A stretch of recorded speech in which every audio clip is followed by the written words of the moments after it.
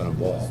I'm sitting at home with mommy and daddy. We got a TV in 55, and I'm eating a bag of potato chips and drinking Coke, watching some stupid movie, you know. But I really wanted to be with them. Unfortunately, they're all dead. Hopefully, he's dead. We had a lot of fun. Thank you. That's all that matters. We didn't have any All right. money, but we had fun. We're in business. So I'm going to go ahead and open the meeting of There's the number Town of 3, Paxton Select MIA. Board.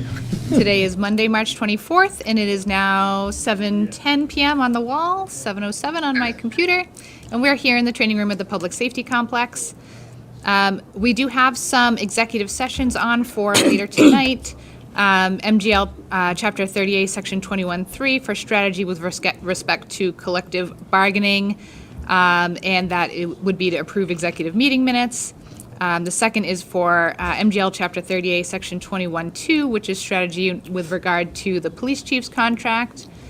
The third is pursuant to MGL Chapter 30A, Section 21.3, to discuss strategy with regard to collective bargaining for the DPW union. And the fourth is pursuant to MGL Chapter 30A, Section 21.3, to discuss strategy with respect to litigation. I declare that all of those items would be detrimental to the position of the public body should they be addressed in open session, which is why they're being addressed in executive session. All right, so with that, we have 5 consent items at the start of our agenda, and as usual, I'm going to go ahead and read those. I am going to handle the 5th agenda consent item just a little bit separately. So number 1 is to approve the meeting minutes from the regular meeting held on March 10th, 2025. Number 2 is to approve the meeting minutes from the regular meeting held on March 12th, 2025. Number 3 is to approve a request from the Paxton Lions Club to use the town common for the annual townwide yard sale to be held on May 10th, 2025 from 8 a.m. to 4 p.m.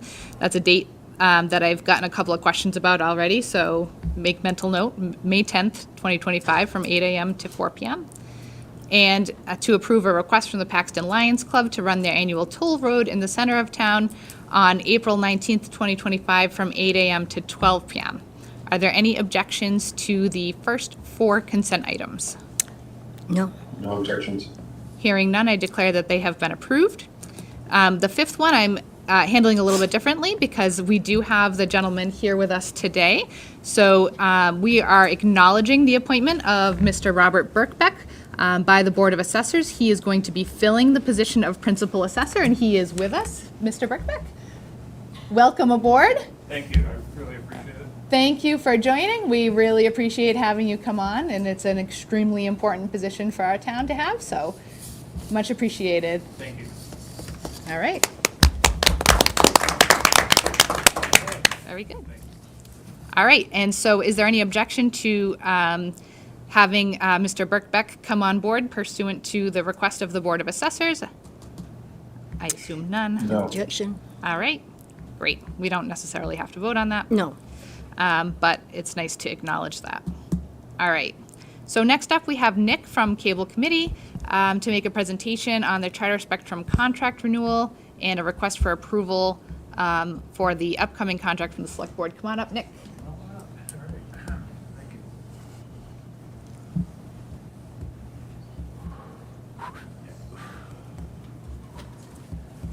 I hate being in front of the camera, I'll tell you all that right now. All right, so we've been working on getting a contract renewed since December of 2022. We are in the process of, the committee has elected to approve the final draft, and we've had multiple drafts. We're here to ask the Select Board to approve contingently because we have a couple issues that we have to go over. One is, not one issue actually, we want to submit it to the legal attorney for Paxton to go through it to make sure. I'm not an attorney, so I want to make sure that T's are crossed and the I's are dotted. And so that would be why the contingency. But I'm going to go through a few things of what we're doing here. The contracts are 10 years, you can't get out of them. I think we have a pretty good deal going on right now. We are getting $5,000 up front the first, but right there for PEG access equipment. The only question I have about this is it might come from subscribers through their fees. Not sure how that's going to handle. We're still looking into that a little bit, but I think it's still a good deal. 5,000 fee subscriptions. I've been through just about every charter contract in the state of Massachusetts 5-6 times. The normal fee is 3%. We've got it 5% off the bat. They wanted to do tiers, 3% for 5 years, and then 4, and then 5 at the last 2 years. So that's going to give us an estimated $63,500 income a year. 10 years, that's $630,000. Actually, $635,000. I have an error in my math right there. I think that's going to be sufficient enough to hold us over for 10 years. We have a very low budget. We pay Scott to do all the work that I don't want to do, and no one else wants to do, sitting in that room for 3-4 hours a couple of days a week. And I think that with the amount that we have right now, we have a little over $200,000, even after our $200,000 upgrade equipment. That's still not totally online. So I think that we should be able to sustain cable or some form of cable in the town for the next 10 years.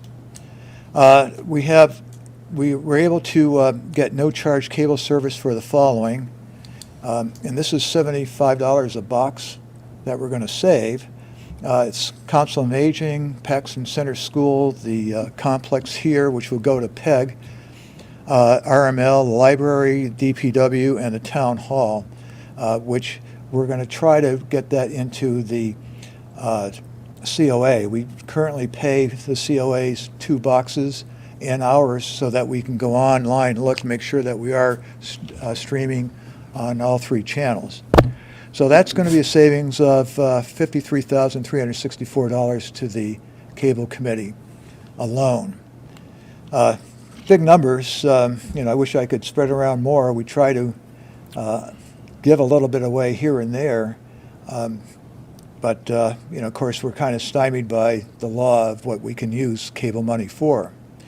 Also, I asked for high-def PEG programming.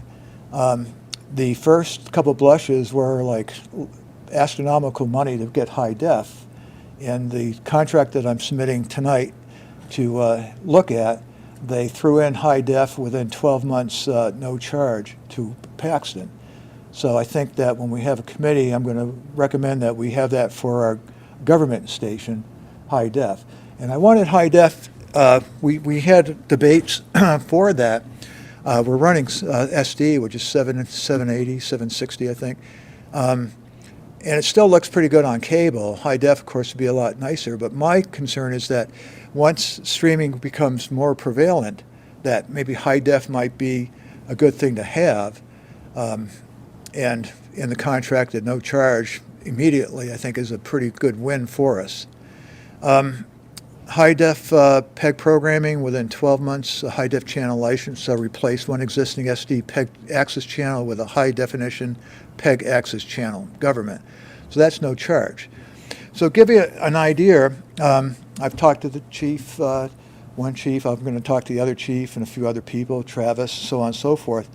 I'd like to, my plan, our plan, hopefully, will be to see if we can consolidate the cost of those boxes for everyone in town. I mean, not everyone, but the principals in town, the 6 locations.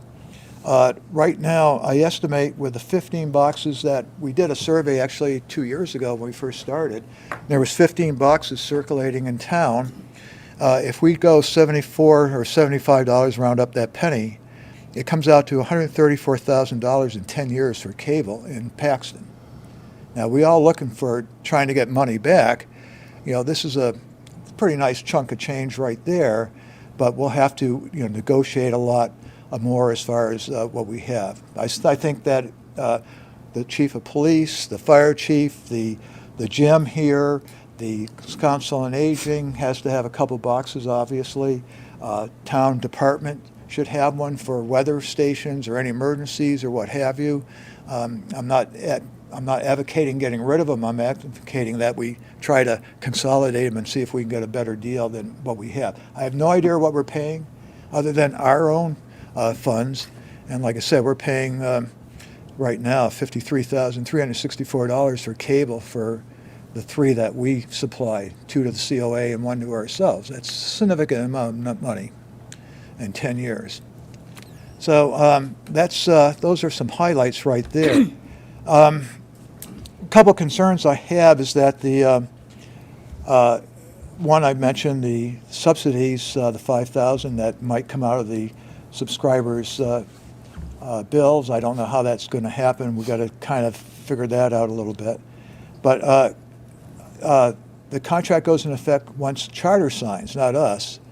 And knowing them, we've had a lot of difficulties to get our 3rd station back from Worcester for educational, because 25 years ago we elected to have Worcester's educational station. It took us 3 years to get that station back under our control. And so I'd like to get that up and running as soon as possible, and we're getting there right now. We're still behind for our 3 channels. We have one that is up and running, but we haven't cut over to that because we would lose the functionality of going to YouTube and streaming onto television. So until we get the 3rd station, we're kind of hamstrung with that. If I look at I mentioned the 15 boxes, cable boxes. I don't know if they're out there right now. I don't even know if we're paying for them, who's paying for them, or what have you. I know what the 3 we're paying for. It's a pretty significant savings, I think $134,000, which is about $13,490 a year in cable fees. But like I said, I think that they need to be had in the main town departments because of the news and weather forecast or emergencies or what have you. The Zemo boxes are the new streaming ones. They're $5 a month versus the cable box. I have no idea how that works out. We haven't really looked into it. We've had a very sparse cable committee over the years. Last 20 years I've been, it's only been really 2 of us and the town clerk the town administrator, because no one else really wants to join. You know, it's not a fabulous committee to be on. There's a lot of technical stuff too, because we've had some problems. You all know it with streaming on YouTube and what have you. And there's a lot of complaints about, we're taking out lines of what the committees or meetings are about and things like that. So we got that straightened out, but we do try to do the best we can. So those are the highlights right now. I should mention that I have the numbers for each one. Like the first one's 13.4 in the contract, 13.1 for the no charge cable boxes, 13.6 PEG programming. You can have this after, so if you want to look at it. But that's what we have. Are there any questions? Any questions for Nick from the Select Board? No, I think you've done a great job. Well, I don't know. Yeah, it's been a lot of work. You and I have had many conversations about this, so We have. It'd be nice to get this over the finish line. Yeah, I like to. I like to get our 3 stations up and running too. I had dark hair when I started 25 years ago, but now I'm kind of like an old man. Anyway, Kurt is my Select Board liaison with the committee. So has the paperwork and what have you. And I have copies if you like them. I can give them to you or email them to you. But it's not a fun read. Most of it's boilerplate. Just this is what we're going to do. Trees come down, underground, so on and so forth. But the main is the money coming in. Nick, how many times have you renegotiated this contract Pardon me? yourself? How many times have you yourself renegotiated this contract? Well, I started in December 2022 with John Mayer, and they since had 3 major restructures. So I probably have 15 or 20 copies of various back and forth with them. Now, we did hire AV Designs out of a friend of mine, and as a consultant, because he's dealt with it with Rutland, worked with them for a long time for cable, and he has a lot of technology that I just didn't know about, and I needed something. Yeah. And so he's helped us out quite a bit with earmarking a lot of the things that we've asked for and making sure that I'm on the right track. And remind me, 10 years ago you were involved with the contract, Yeah, right? I was not the chairman at the time. I think, was it Ray Charette maybe, or I think was the chairman? May have been. Mhm. But I've been on it. I was the first one, even longer than Scott. I was the first producer to do the training, and that's when we had the VCR tapes, and we had to redo the VCRs and what have. Oh, what a pain in the neck. I hated it since. But so right now, the capabilities we have are phenomenal. What we have in that room is a national broadcast system, literally. When we have training with Telview online, he goes, oh, we have this new thing. Oh, you already have it. Because I figured that was our last shot, for 10 years. And I'm not going to be around 10 years doing this stuff. I'm looking at here, who's going to volunteer? So we have capabilities beyond my dreams. Closed captioning is now going to be a state law. We are there, 100%. We have a lot of access things. We are going to allow, once we get up and running, we're going to allow all the committees in town to post their own bulletins directly on our cable. So we don't have to have Scott go in and type it in on yellow paper, blue paper, what have you. You can send out everything and just pop it up on. You'll have your own slot in there, and it'll run until it's out.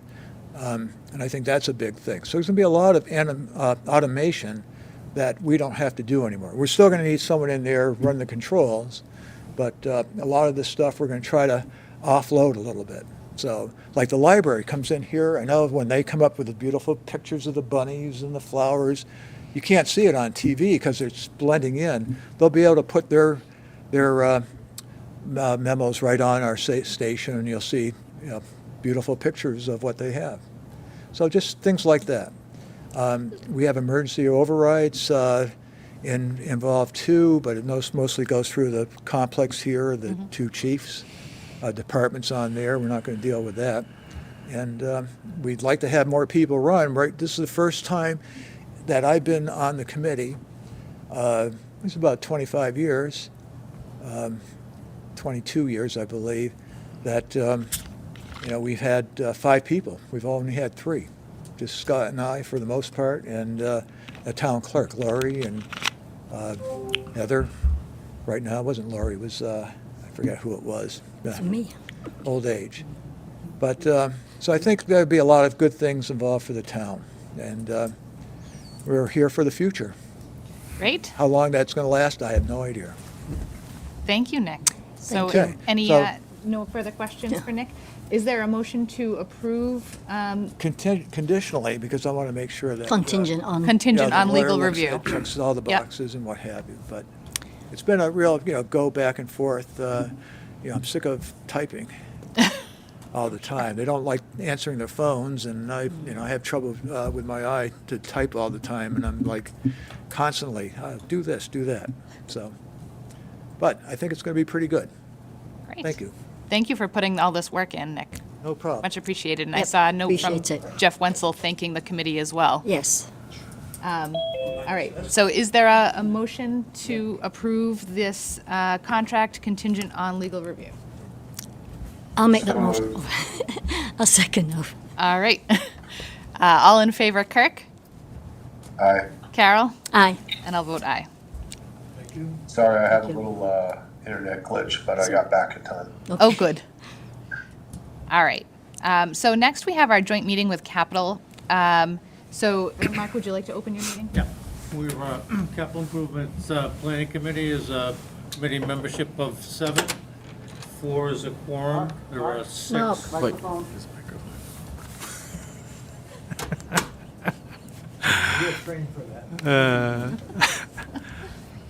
Capital Improvements Planning Committee is a membership of 7. 4 is a quorum. There are 6 present. I declare that we're open for business. Excellent. All right, so we have to review the CIPC project report and recommended capital projects, as well as funding sources for FY26. Mark, remind me, because even though this was only a few days ago, my recollection is that the CIPC, this report is still in draft format, correct? No, it's been, Has it been the finalized? draft has been extracted and the report has been signed. It's in final form Okay, before the select board. I think I sent that to Heather to forward to the select board. okay. I did not do it myself, but I think, are you finding that email, Heather? Yeah, okay, so it is in final form. Okay, perfect. Great, thank you. So, Carol and Kirk, did you have the opportunity to review the report? No, I have not. So, Mark, would you mind just taking us through the projects that are being put forward? Hopefully, we can be relatively brief. I've been paying attention to the capital meetings. I know Carol's been paying attention to the capital meetings as well. We need to get Kirk up to speed and make sure that he is. So I'll do my best to consolidate 10 weeks of meetings in a efficient way this evening. Our report, which, by the way, is required of our bylaws to be submitted to the select board of capital requests that we have approved, such that they can be included as warrant articles and presented before town meeting. There's a little bit of qualifying paragraphs, but I'll get right to the point. There are 7 items. The first is Richards Memorial Library, in which case they have a project that involves ineffective HVAC controls as a result of a new boiler. The total project is $17,500. They're going to look to their own library trust funds to fund $12,500. They made a modest ask of us of $5,000, and we saw this as being a good partner with them, and this essentially is an opportunity for a little cost sharing. You recall, they themselves have towed the line quite considerably in the last couple of years with all manner of capital projects themselves that they funded through their trust funds.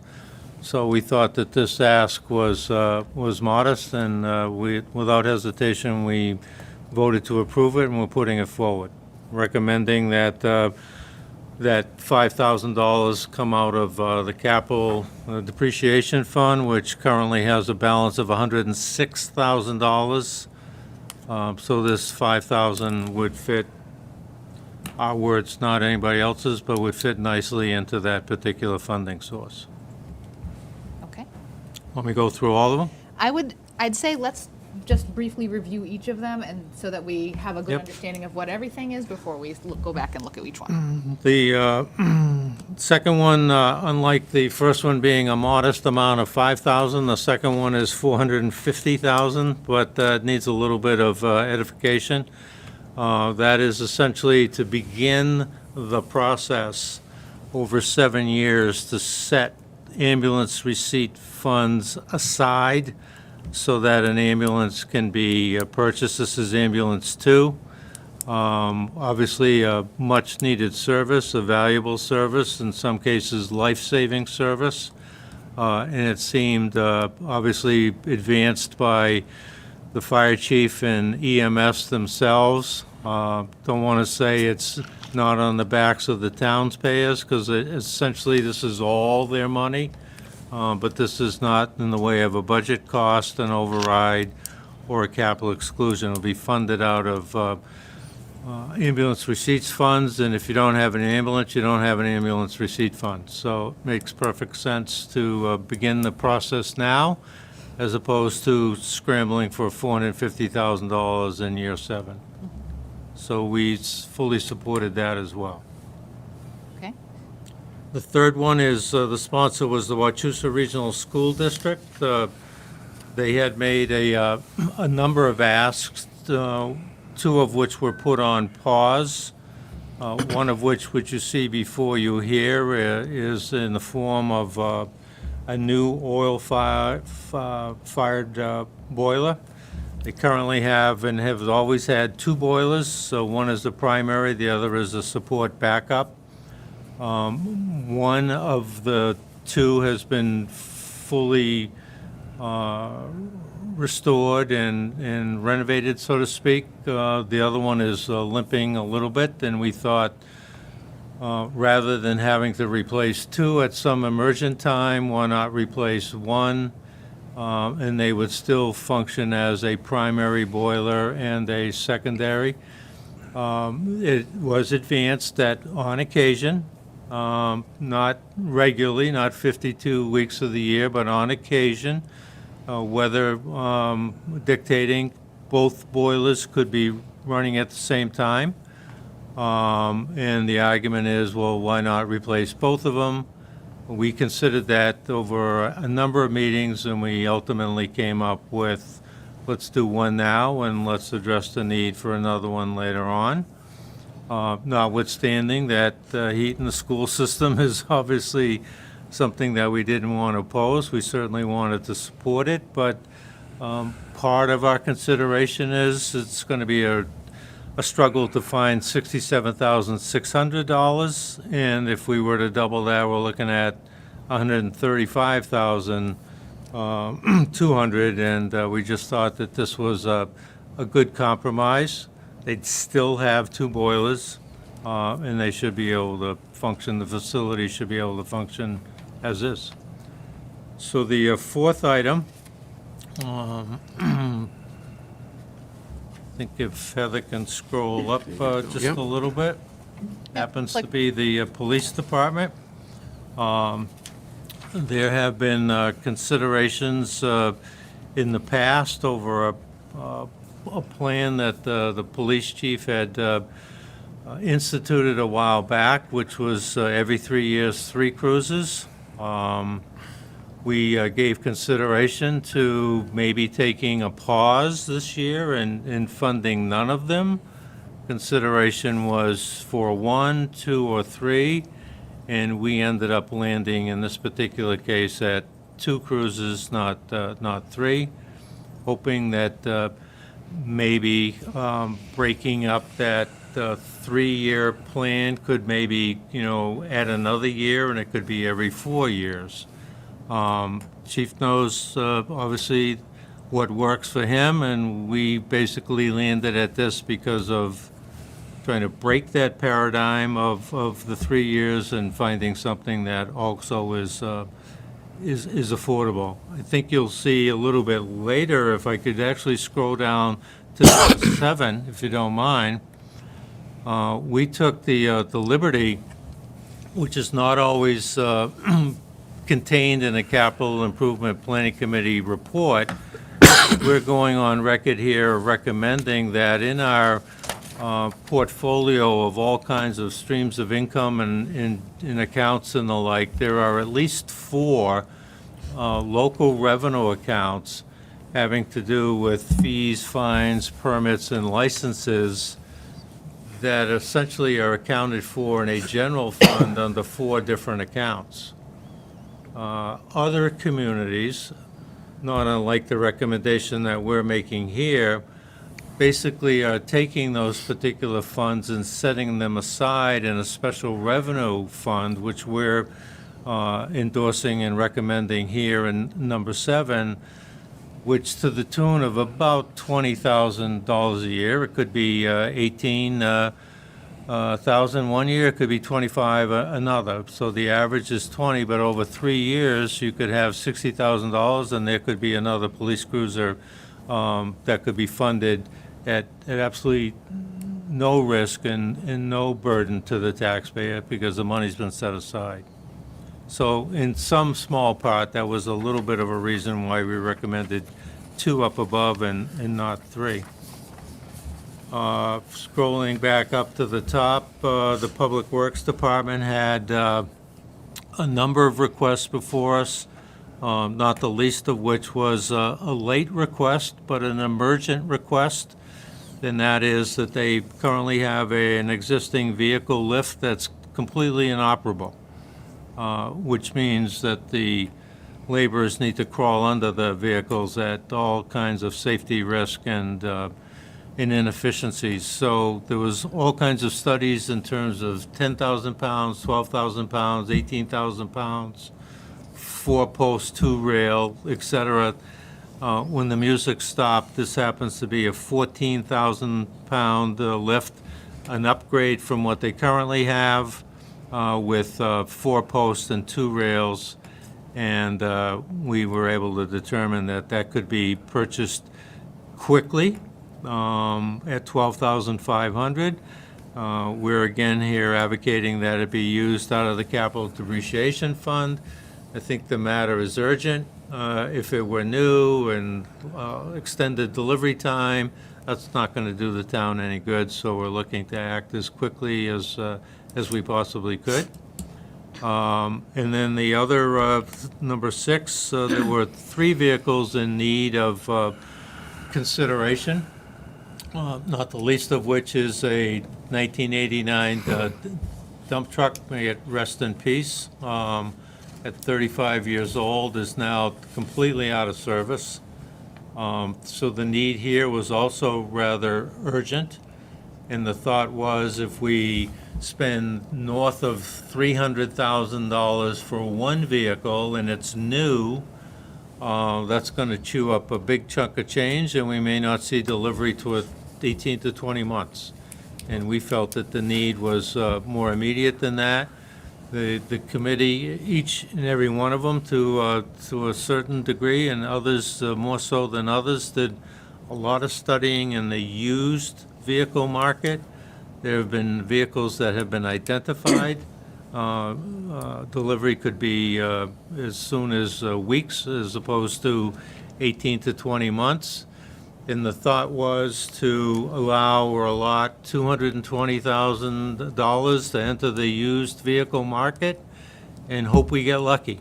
And maybe we can replace all 3. At the very least, the hope is 2. And certainly worst possible case would be at a minimum to replace the 35-year-old dump truck with 1. But we're hoping for the best. We're hoping for more rather than less, and more rather than fewer. And in that particular case, we were looking for that to be in the form of a capital exclusion under the warrant article. So that's the quick semi-abbreviated version of all of our meetings, which brings us here this evening. And I think importantly, the capital request we own, the amount we own, how the article is written, and the funding source the select board owns. So now we're here to partner up to come up with some conclusions. Great. Thank you, Mark, for bringing us all up to speed so that we understand where you're coming from. And I just want to start off by saying thank you to the committee in general, because there was certainly a lot of work that was put into this year, and really appreciate all the work that has been done. Even if any divergent opinions are to be raised tonight, it doesn't take away from the amount of good effort that has been put into this. And I really appreciate what you've all done and the product that you've put forward. Absolutely. You can show that appreciation by approving the report and adjourning. So I'm thinking, a debate on 2 ways to approach this. We can approach it from small numbers to big numbers, or big numbers to small numbers. Certainly the bigger numbers are probably the ones that are going to be generating the more conversation.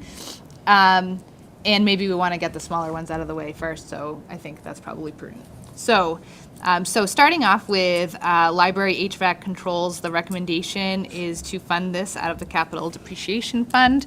It's in the amount of $5,000, and so I'd like to hear any comments that the select board has with regard to the library HVAC controls, or if you're good with it, then we can request that it be placed as a warrant article for town meeting because it's taking money out of capital.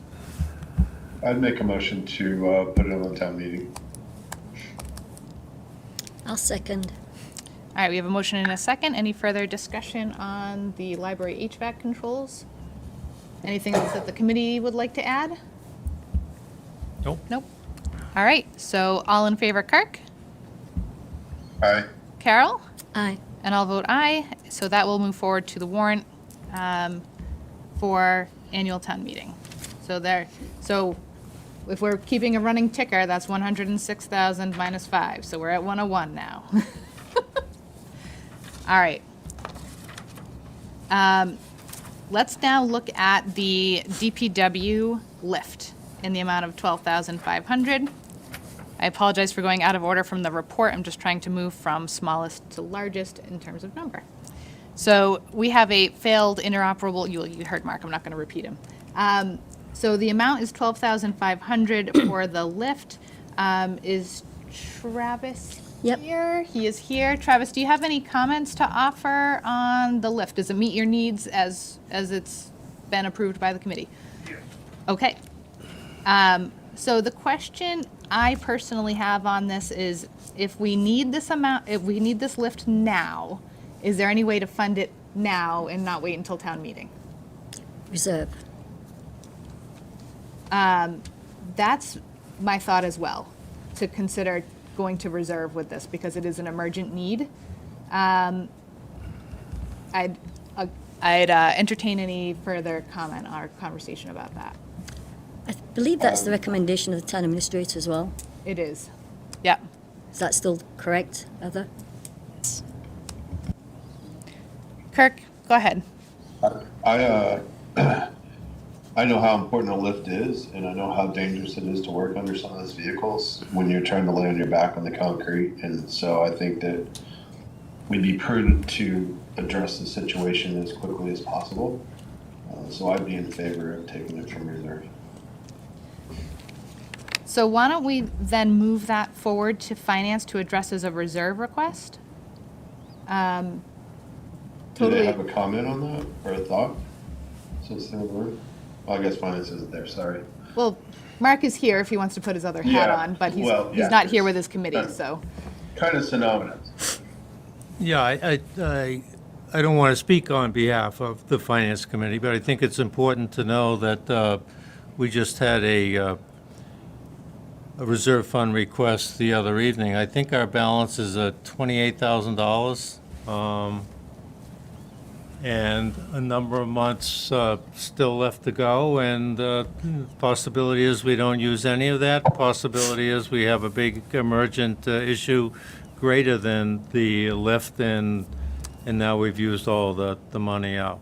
So I don't want to speak on behalf of the Finance Committee, but I think that there'll be support, and I think there'll be discussion in terms of reservation, whether or not we really should be doing this. The risk is if they vote against it, which I think you'd probably know tomorrow night because they're meeting tomorrow night. I was thinking if it was an extended meeting and then we missed the warrant article and they vote no, and then we've got a bigger problem. So maybe you hold it until the Finance Committee meets tomorrow evening with a reserve fund transfer. So what I'm suggesting is you put it forward, but I want to caution that I'm not speaking in terms of what their position may be. Yep.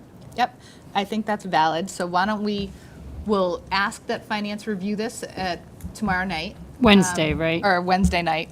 Tomorrow's Tuesday. You Right, messing right. with my head? All right, we're going to meet Wednesday. Okay, thank you. Sorry. Okay. We would meet without you. Okay. So we'll ask that finance take a look at this on Wednesday, and if finance is approving of that request, then great. If not, then we can revisit it on our end. Sound like a plan? That work for you, Is that- Kirk? Yeah. All right. Yeah, I do have concerns about the lack of reserve funds we have right now, though. So we got to really think about the long range plan on that as well. All right. So we've handled that. So the next item here is the boiler. So I know you all received the same correspondence that I did from Mr. Wenzel, which was kind enough to provide us with his concern. He actually raised an interesting point with regard to Paxton Center School being our shelter location and having some concern about, potentially not having, full boiler capacity in the event of an emergency. So there's that. We do have the 67.6 that you wanted to put forward as a capital exclusion to replace this. And as a capital exclusion, it would require a warrant article as well as a ballot vote in order to do that. So my concern with a capital exclusion is that we are expecting there to be an override for operating this year. And I would hate to have a number of things on the ballot that are going to potentially compete with our operating budget and an override for that.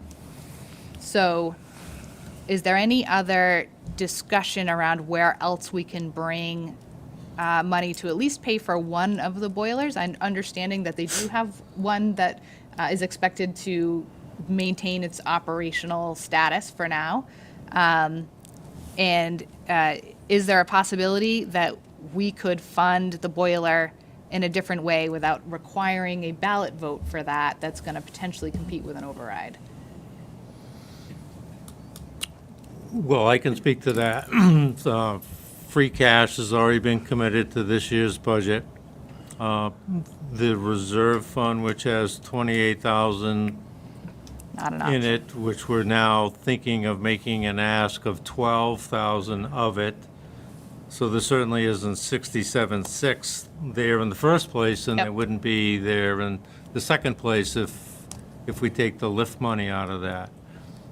So that leaves capital depreciation, which we are at 106 minus 5, we're at 101. This is going to bring it down to $24,000.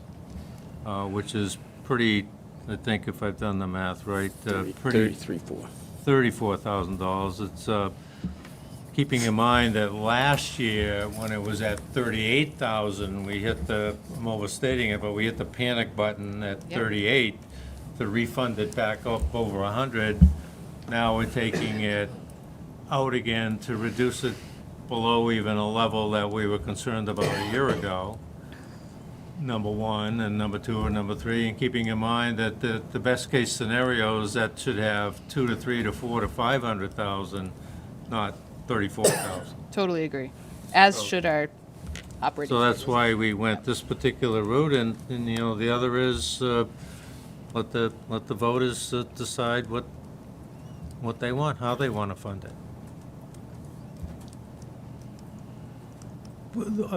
Another option is push it back to Wachusett Regional School District, but that's not going to happen either. So we're running out of options. So this seemed to us to be the less painful option, even though it's got to go the route that it's got to go and the process that it's got to go, but it doesn't deplete all manner of funds in the process. So that's how we concluded capital exclusion. Any comment from the select board? I mean, no, that seems like, it seems like a very rational approach. I do think you're right, though. I think that this year's election season is going to be, it's going to be a packed ballot, and there's going to be a lot going on. So there are going to be competing interests and competing thoughts, but it is for the school, and typically things that are needed for the school and our emergency shelter, I would think would be okay in that situation.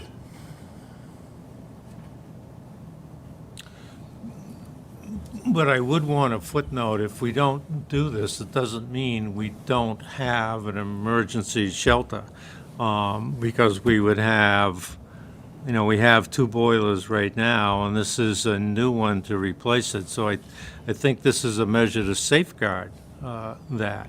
And Mr. Wenzel brought up, the ice storm, but we could argue that, is that a 10-year event, a 50-year event, or a 100-year event? It's a good point. Wouldn't want to be without boilers if that ever struck again, but this is not what that's doing. This is a method to have a brand-new boiler with a very good second backup boiler in place. Yeah. So I would want it to reflect on the CIPC that we're not student conscious, public safety conscious, public shelter conscious, because none of that's true. This being put forward supports that. The question is, how are we going to fund it? Yeah, yeah. And frankly, the bigger concern, of course, is the students who are there every day and using the building on a daily basis, as opposed to our potential storm event where we might need to open it as a shelter, which has happened, only a handful of times. So, Julia, can I comment? yeah. Okay. I guess we're going to look at it 2 ways. If there is a storm event, the school, then the students wouldn't be there. They would be at home, correct? Depending on if they needed to shelter or not. Well, but what I'm saying is we would get the kids out of the school, they would hopefully return home, and then we would come up with a plan. When Jeff and I visited the site with the school committee, Mark Wild and there was some other gentleman. I guess he came from Bay Path. There were a couple of us there.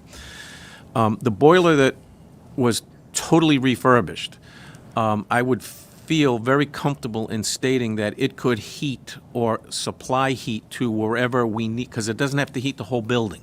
Again, I'm not advocating for less, but if you find yourself pitting something against something else, this may be able to go to the ballot and see what happens. I am in favor of replacing the one boiler, but I want you to understand that if the thing got voted down, it's not as dire as some at home might think. The refurbished boiler could definitely supply the cafeteria or the gymnasium where you would be putting most of the people. It doesn't have to heat all the classrooms because there wouldn't be students there. So just kind of keep that in mind in terms of scale of operation. Okay, but there would be students there during normal hours, right? Yes, but I'm saying we're talking about 2 different scenarios here. One is we need to have it because the students are there and it's a cold spell. That I Yep. understand. Right. And we have a refurbished boiler or rebuilt, I'd rather use that word because it was totally gone over. And then you have the backup. After viewing the boiler that was rebuilt, again, I'm not an expert, I'm not a heating consultant, but I felt very confident and comfortable in saying that that had many years of life left in it.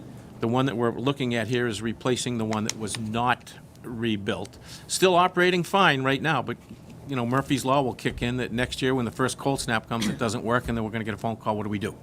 So I'm just saying that you have 2 scenarios that you're looking at here, and if this isn't the year to put it forward because you can't find funding or the ballot says no, it's not as bad as what we're thinking about, I guess is what I'm saying. There's an option A, a B, and a C.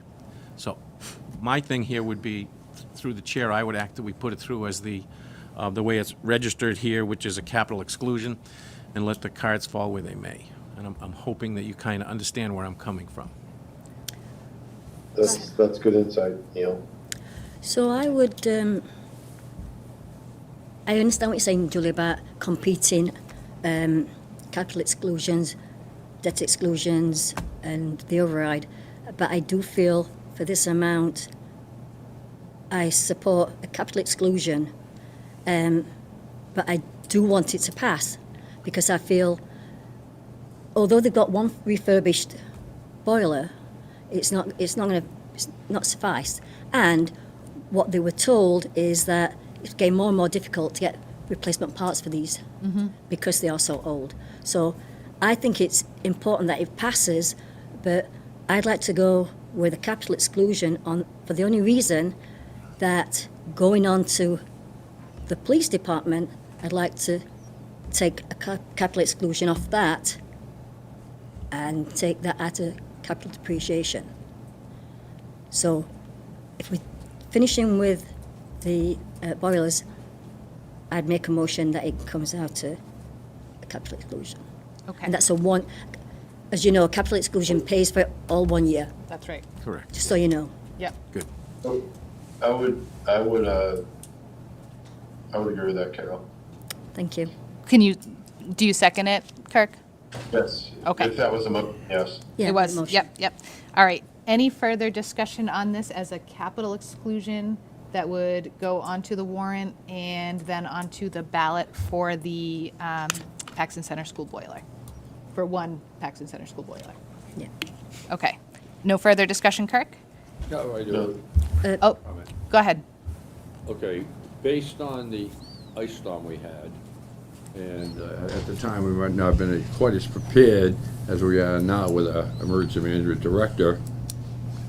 Looking at the after-action report, if there was one done, what was the capacity up at Anna Maria College? How many people they held at that time and took care of as primary shelter? Secondarily, how far could that be expanded? Number two, if we decided to make the school a shelter, would it be the primary shelter or the secondary shelter? Either way, the boiler's gonna run if there's no one in the school or if there are people, and it's not gonna make too much of a difference. Like they said, you have that backup boiler that's been refurbished. The chances of going to that backup boiler could be slim to none with a brand new boiler. On the other hand, if we're looking for funding, the school wants to, correct me if I'm wrong, the idea of a shelter there, is that from the school or from emergency management? So Paxton Center School is our secondary shelter from an emergency management perspective. Okay. The first being If it's Anna Maria. emergency management. In the meantime, the director could look into funding from FEMA and maybe even MEMA. And the other thing is, the state does have so many different funding vehicles. It takes a little work, maybe a few phone calls, state rep, state senator, look into it. So, in essence, I think it's fine as it is, but if we really think we want it, either now or in the future, I think we should try to, A, look for that outside funding first, and find out what our capacity at Anna Maria is, and then rewrite our plan. Of course, we're gonna have to do that, but in the interim, I think we're very well off with the new boiler and the rehabilitated boiler. They also mentioned something that they're running in the high capacities in 80-something%, which is very good for older boilers. In your own house is probably only running at that. And if you've been living in Paxton a long time, you might have a 30-year-old boiler that's running at 85%. So I don't think we have to panic, but I would just go with the new boiler for now, look for funding, and stick with the backup boiler as is. Okay, Okay. thanks, Bill. All right, so we have a motion and a second. Any further discussion? Hearing none. All in favor, Kirk? Carol? Aye. And I'll vote aye as well. All right, moving on. Next number is Police Department to replace 2 existing cruisers. That's what was put forward by Capital. I understand there's some appetite to add on a 3rd cruiser to that. I certainly am of the opinion that we're probably going to save money if we pay for that this year, as opposed to trying to wait until a year in the future when we're going to be paying much larger numbers for vehicles as related to tariffs and just general inflation, as well as as Mark had described, the change in the body style, which is going to make it so that he can't retrofit his equipment. So I would entertain any discussion on the cruisers. I agree with you what you're saying. I think I'd like to see this change to 3 cruisers, and I'd like to see the first year coming out of the capital and the second and the third year coming out of the budget. Like there's always been a slot in the budget for it. That's where I think we should do. But I think we shouldn't be putting it out on a capital exclusion. And to put out on a capital exclusion, you're talking about 90,000 just for 2 vehicles, and Mark, for 3 vehicles. For 3 vehicles, it's going to be. It was roughly 120,000. For 3. roughly, give or take a little bit. And if it's more than that, the 120, I'll make it work. Yes. 129. Okay. And so I did a little research over the weekend, some area towns, neighboring towns that are putting forward requests for police cruisers this year. And we're looking at 70,000 for one cruiser in one neighboring town and a little over 60,000 for a similar cruiser in another neighboring town. And what Mark is requesting is along the lines of 45,000, right, Mark? And so we're already seeing comparatively a savings, and that is not taking into account next year in the event that we were to try to get this cruiser next year or the year after. I expect that price is going to go up significantly. I do have a lot of trust in Mark's ability to, because he's been doing it for so long, in his ability to understand when a vehicle has its maximum potential in terms of being able to have a return against in trade against a new vehicle and get the best balance and bang for the buck when it comes to that. He's been doing this way for a long time, and we've definitely realized the cost savings as a result, so I don't want to upset that apple cart. But having said that, the capital depreciation fund is the management of the capital That's right. committee. So, Kirk, any thoughts on your end? No, not at this point. Okay. Mark, Savasta, is there anything you'd like to add to this? I'll come up soon. Okay.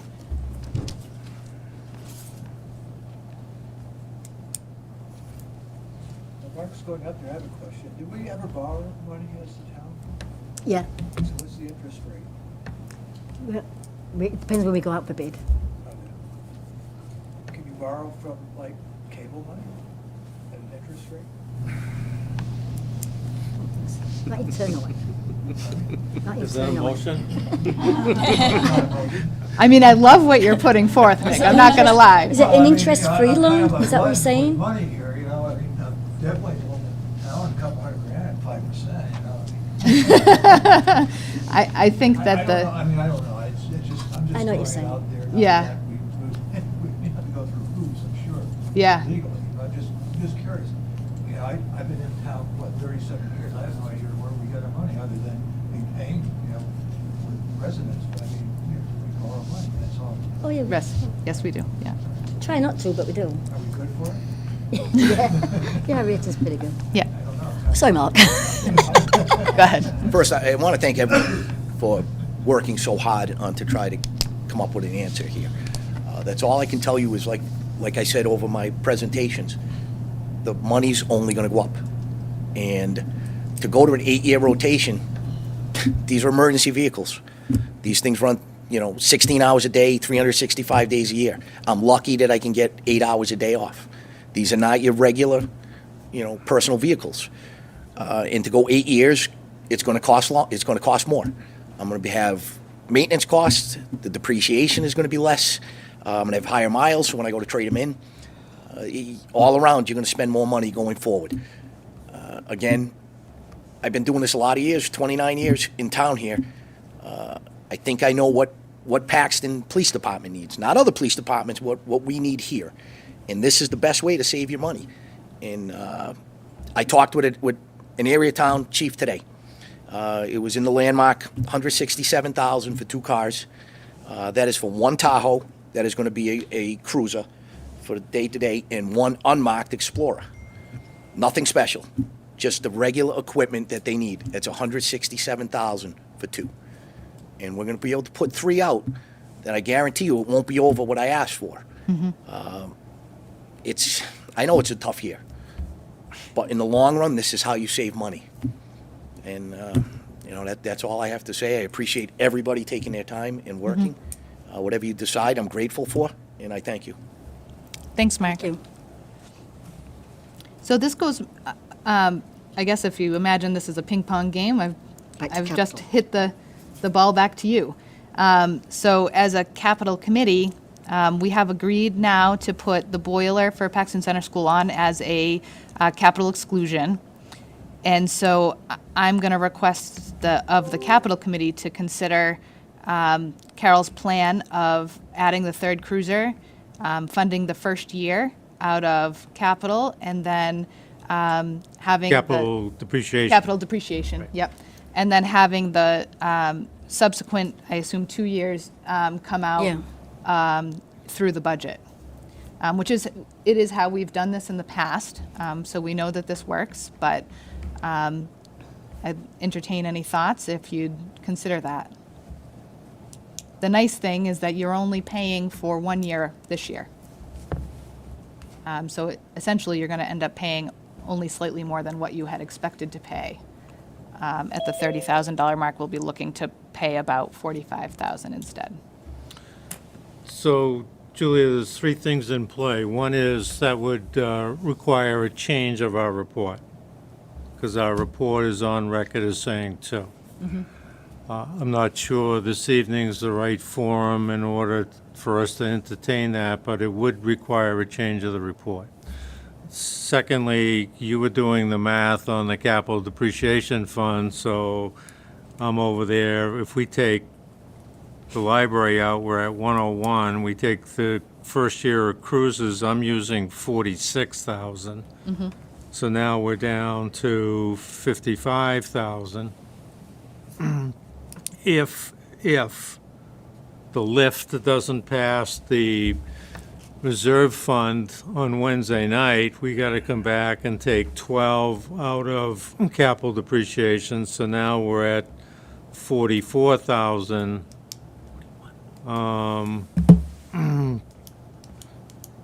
Give or take without my calculator, but you're following me. And keeping in mind that, don't want to talk about next year's budget when we're doing this year's budget, but next year's budget now has to add $46,000 for a cruiser for the next 2 years, which is going to put strain on the budget. So there's robbing from Peter to pay Paul, moving it around. There's no magic.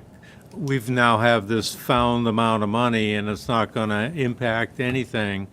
You know, we're trying to choose and select the best way, and that's how we landed where we did. Now we're carving it up a little bit. And again, the funding is your call, not ours.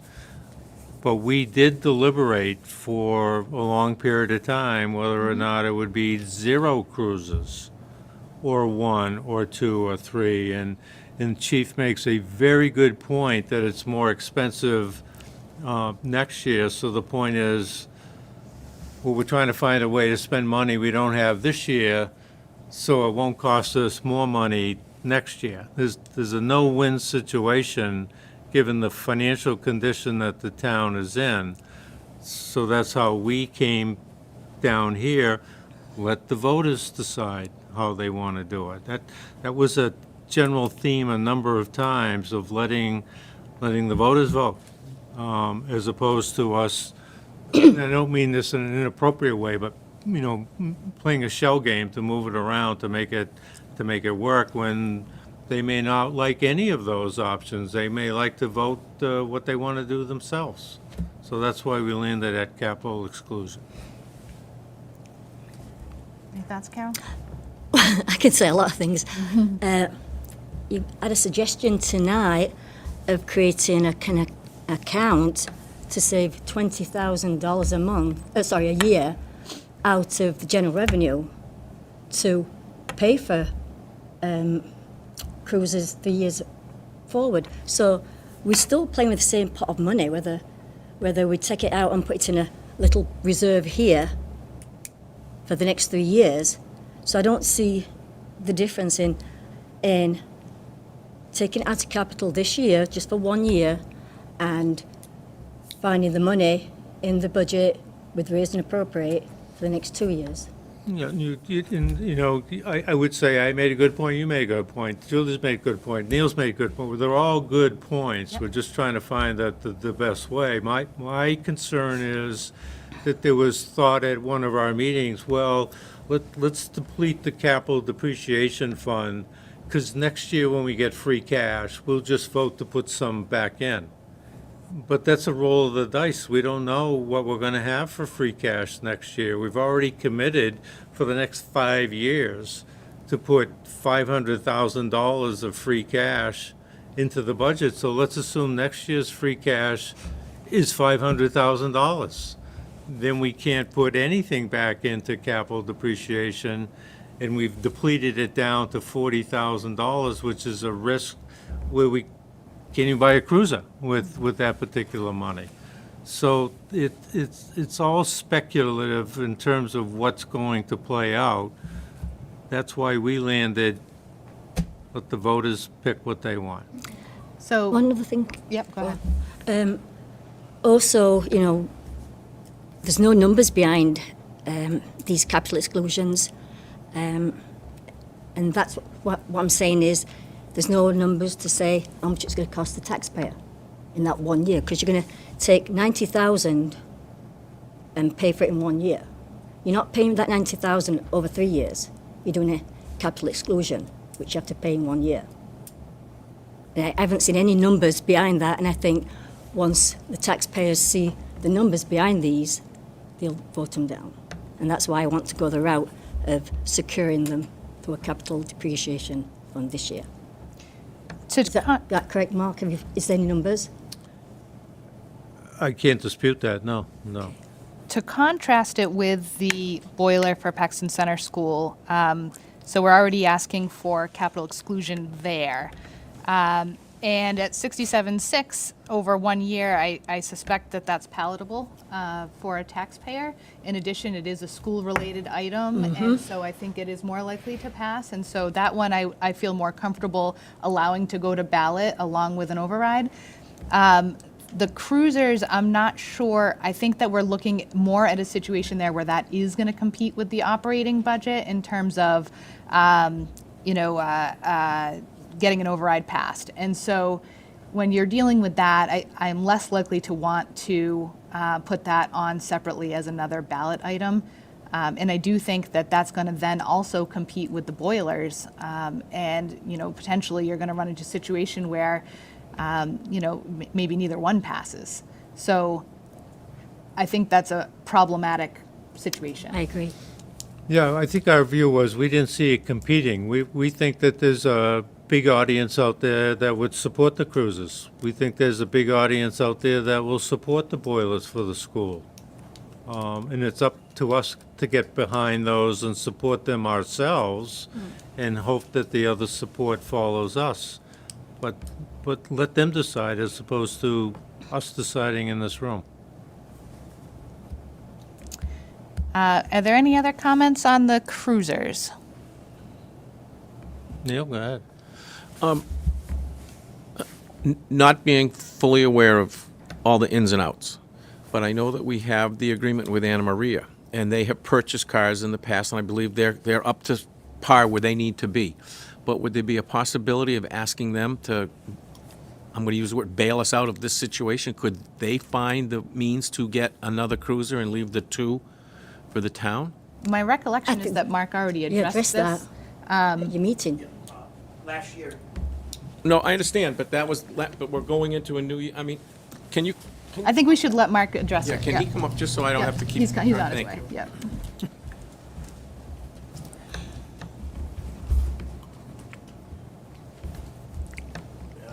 Last year, one of the other area departments, town departments here, had an issue with their cruiser, with their car. That was totaled. So we donated one of our marked units, and we went to Anna Maria and asked them to replace it 2 years early, which they did. No, I remember that Right. conversation with your So power. for me now to go back to them again, there's a new president coming in. They just bought us a car last year to replace the car that we donated to the fire department. I highly doubt that I can't speak for the new president, but I highly doubt that they're going to want to go to almost every year cruiser, because they replaced one in '22 and they replaced one in '24. Okay, again, Mark, I don't know the ins and outs Right. of how it all goes, but Yeah. I'm just saying in terms of services we provide, whatever services we provide to the college. I know there's under an agreement. Yeah. But I'm just saying, in terms of, services we provide to the college. I know there's under an agreement. Yeah. But I'm just saying, in terms of, in terms of, in terms of, services we provide to the college. I know there's under an agreement. Yeah. But I'm just saying, in terms of $35,000 or $40,000, I mean, this could be like a good neighbor, an effort to help us. They helped us before, Right. so, I I mean, agree. if we put our hand out again, might they shake it and say, yeah, we'll help? It's a suggestion that would get the third cruiser and let the town have the means to look at the two that we're putting forward. I have no idea of the ins and outs. I'm Right. not trying to overstep What- any bounds. I'm just throwing it out there as a conversation. Correct. What I will just say is that, to defend Anna Maria, they pay for their services. They do. Yep, and they pay 100% of that. So it's not like the town is paying for them. They're paying us to provide the service.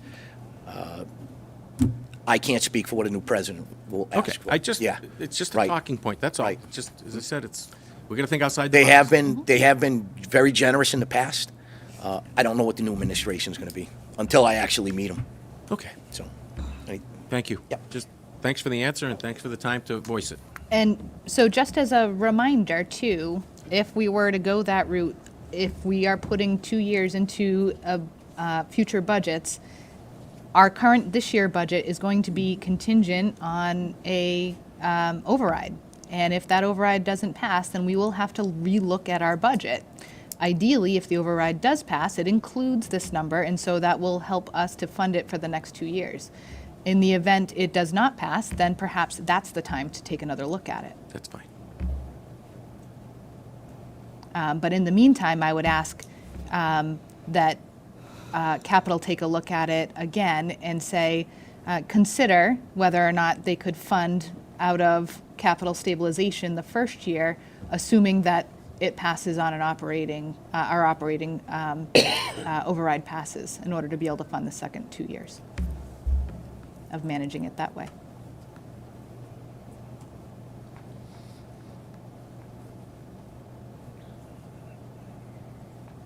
Well, I think what we would, in the spirit of goodwill, we would say we'll reconsider it. Okay. I'm not sure we're going to do it this evening under vote, but looking at the clock in terms of time that would be available to us, Heather? Yeah, we're catching up with it right now. So right now we have penciled on April 2nd for the Select Board and Finance Committee to meet to finalize any override numbers because we have to get any warrant questions over to Lori by Monday, the 7th at 4 p.m. So I would say we would need these numbers finalized and back to the Select Board probably the same time Select Board meets with FinCom on the 2nd. That's kind of the end. That's a week from tonight, just so we're all in the same frame. Nope. It's 9 days I'm sorry, from tonight. that's right, you're right, the 31st is. 2 days long. You guys are all messing with me with the calendar know. today, aren't you? All right. All right. So are you confident as a committee you'll be able to meet and Yeah, and we'll make discuss that? arrangements to meet. Okay, awesome. I appreciate that. Thank you. All right. So moving on, there's just the one other item. I'm going to skip the ambulance just because that's already has a funding mechanism in place, and so I don't know that we need to do anything with that, although we probably do need to vote to move it forward as a warrant article, so maybe we do that. But Doesn't the use of ambulance receipt funds need to go before town it meeting? Yeah, does. yeah. Yeah. So just for officiality, why wouldn't you vote on approving it For sure. tonight? Yep, we That's will. what Julie just Yep, said. Yep. Okay, so moving on, we have the DPW trucks. So do you want to do the ambulance to get out of the way? Yeah, let's So you do don't forget it. Sure, sure. So I make a motion that we put this on the warrant, and the funding is from the ambulance receipt fund. Okay. Is there a I'll second? second. Any further discussion? Hearing none, all in favor, Kirk? Aye. Carol? Aye. And I'll vote aye. All right, so we'll move that one forward to a warrant article. All right, so moving on to the DPW trucks. I have some questions around this.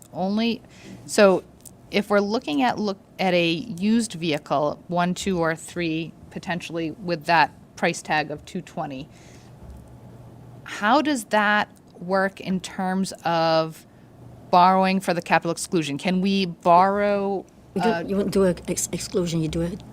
It'd have to be debt service. It would have to be debt service. You can't do a capital exclusion for that amount. Okay. Because that's too 1 year. high for 1 year. Yeah. So it'd have to be a debt So it exclusion. would have to be a debt exclusion. Okay.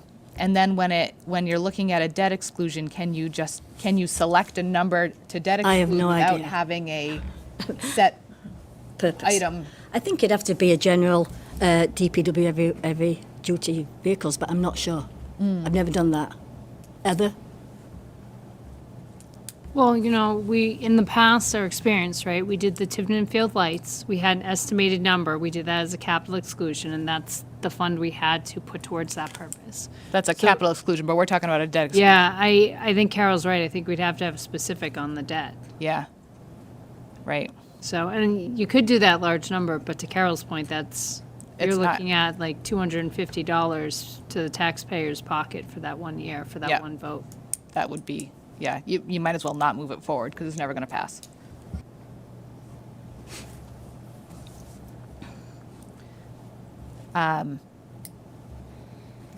So,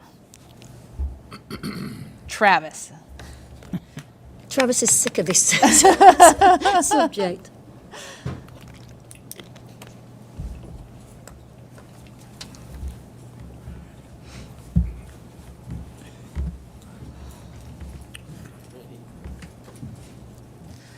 Evening. I Travis appreciate Tebow, you being Paxton available. DPW Director. Thank you, Travis. Sure. Thank you. So I appreciate you being available to join us tonight and offer some insight on this truck situation. So I did watch your prior presentation. I don't want to rehash everything that you've previously said. But can you tell us what this dump truck does?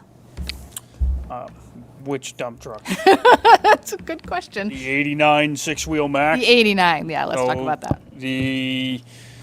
I couldn't tell you when it was converted, but for the last duration of time, I'm pretty sure since I've been here, so 15 years at least, it's been a seasonal vehicle, strictly only used for winter.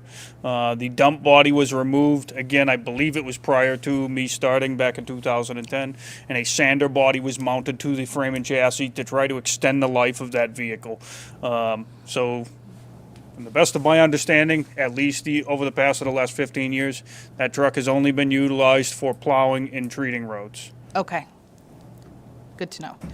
All right. So, how many dump trucks do you need on DPW? 6. Again, it depends on what you're talking about. Yeah. Realistically, it depends on the storm, depends on the job we're doing. It always varies. We currently have a 10-wheel dump truck, 2 6-wheel dump trucks. That's operational right now. We have the 89 that's out of service. We also have the Ketz Basin truck that we can't utilize. It's a specialty piece of equipment. Ideally, that 4th 6-wheel dump truck really helps our department, not only in winter months, but throughout the entire year. Yeah. That truck should be utilized the entire year. We do enough work that where we're digging, excavating, either assisting the water department or doing drainage work, catch basin repairs, numerous tasks that our departments do throughout the year could be utilized on a regular basis. In your opinion, and I don't know how much you have looked at like potentially used options. Sure. What would you be able to get for $220,000? Would that be 1, 2? I think it depends on the used option you're looking at. So there, you can find used options with really low miles that are only a year old, or we could be looking at something that's 8 or 10 years old that's not in too bad a shape. Depends on if it's been outfitted for winter. It depends on if we're purchasing from another town, if it's a trade-in from another town. There's several larger towns, small cities that trade their vehicles in, similar to like what the police department does every few years. So they don't get the 10, 15 years of abuse that winter does on this type of equipment. I think with that said, we should be able to get at least replace the 2 dump trucks for that price used. Okay, That's what I'm hoping to be able to do, if not all 3 pieces of equipment. okay. And are you confident that there's enough used available on the market to be able to secure one? Yes. Okay. So we have some question around, if we were to put this on a ballot, we would have to go likely to a debt exclusion for this amount, not a capital exclusion because it would be too much as a capital exclusion. And when you're dealing with a debt exclusion, typically you need an amount certain for a particular vehicle. And I'm not sure how used would even fit into that availability if, I think we can do some research on it. yeah. And we have been doing some research. I don't mean Yeah. that, no, I meant on the wording of it, Travis, not on your side, don't mean on your, you've done plenty of research, and I know the committee has as well. Yes. Yes. You've spent a lot of time, you've all spent a lot of time on this. I'm just talking about behind the scenes, which I'm sure they could work out with the treasure collector and our debt service. So I think for now we can Yeah, just, it's raise and appropriate funds not to exceed $220,000 for DPW dump trucks. it's the ballot question that I'm more concerned with, Kirk. Yep. Yeah, okay. So I think we could work around it. Yeah, we can wordsmith something. okay. But I'd like to make sure it's correct before we go into that. Otherwise, it'd be nil and void. Right. So why don't we look into that a little bit further then? Because apparently they've got to meet again anyway. Yep. Yep. So why don't we handle it that way? Okay. That sounds good. Any further questions for Travis while he's up? Nope. All Thank right. you, Travis. Thank you. Thank Thanks, you, Travis. Okay, so we'll do a little bit more work on the DPW truck. Capital will take another look at the 3rd police cruiser, and we're off and running. So I'd say that was pretty productive. How about, can you opine on number 7? Did you take a position on that? So Or will you, or? I think that it's certainly something that we can take into consideration moving forward. I'm not sure that this is something that I'm not sure this is something to put in place immediately, right? No, I think, well, first of all, it's in our report, so we're on record as supporting it. Okay.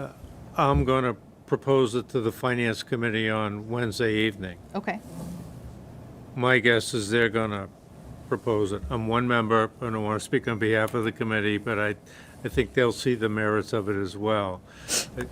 I just think if we're all working together on what is imperfect in many ways, but could be ideal in 3 years when we need a new cruiser, and we got 60 grand that we can go tap into.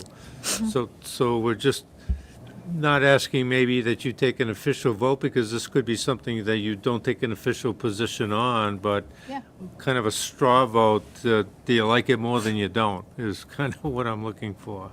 You know, I don't mind it, right? I do like the idea of purpose, applying purpose to incoming receipts, right?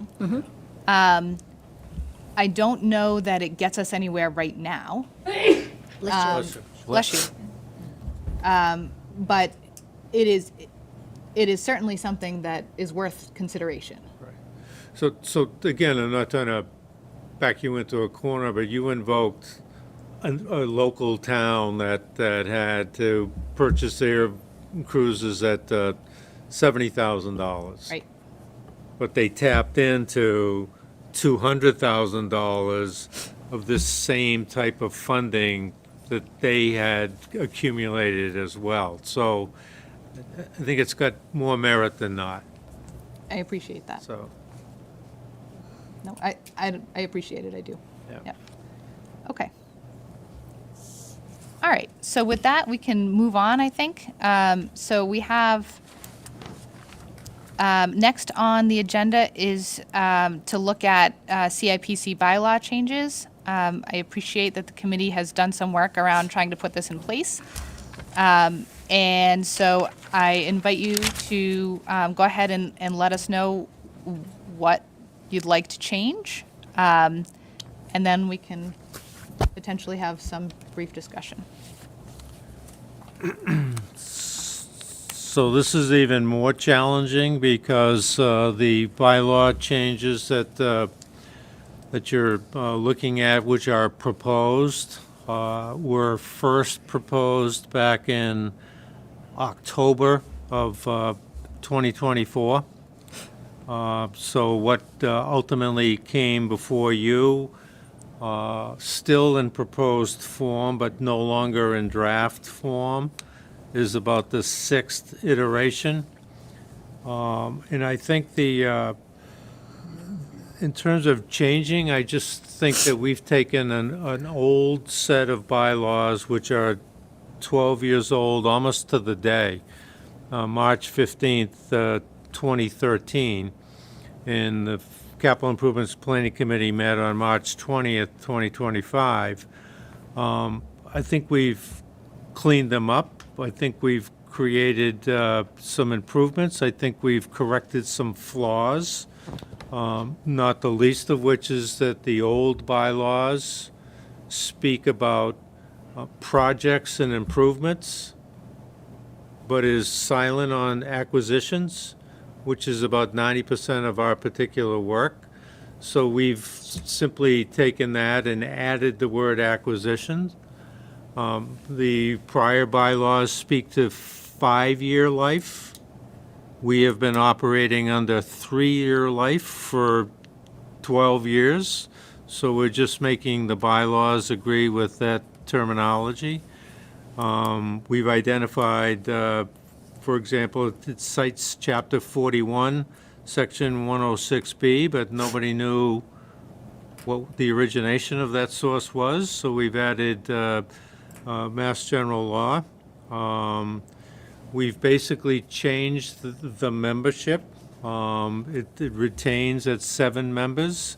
We're asking that one of the members continue to be a representative from the Finance Committee, which is in the existing bylaws, and I think could argue at great length the good sense that makes. We're suggesting that the town administrator be an ex officio member, so that whomever the town administrator could be, in this case obviously Heather, has been put in very awkward situations of having to take a stance occasionally one department against another, and that's a no-win situation for her, but we need her expertise at the table, so we want her to continue to be a member, but in an ex officio capacity.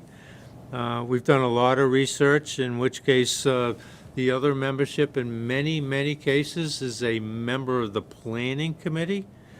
We've not done that. But we've extracted the need to have a member be from the Assessors Board. We just didn't really see that that was as valuable as maybe was first thought. We've also gone on record as making sure that no member is a department head, which was the case recently, is not an employee, which is the case recently. To eliminate and protect people from being in very awkward situations of being an employee and having to vote, for the police but against the library or something of that nature, just conceptually. We've added 2 brand new sections near the end, which I don't see it on the screen, but one is for us to police ourselves in terms of attendance. The Finance Committee has a clause whereby if you miss a certain amount of meetings, by vote of the Finance Committee, your position may be deemed vacant, and that would be reported to the town administrator. We're maintaining that we have a similar clause here, that the Capital Improvements Planning Committee vote, and that would be referred to the Select Board, who are the appointing authority.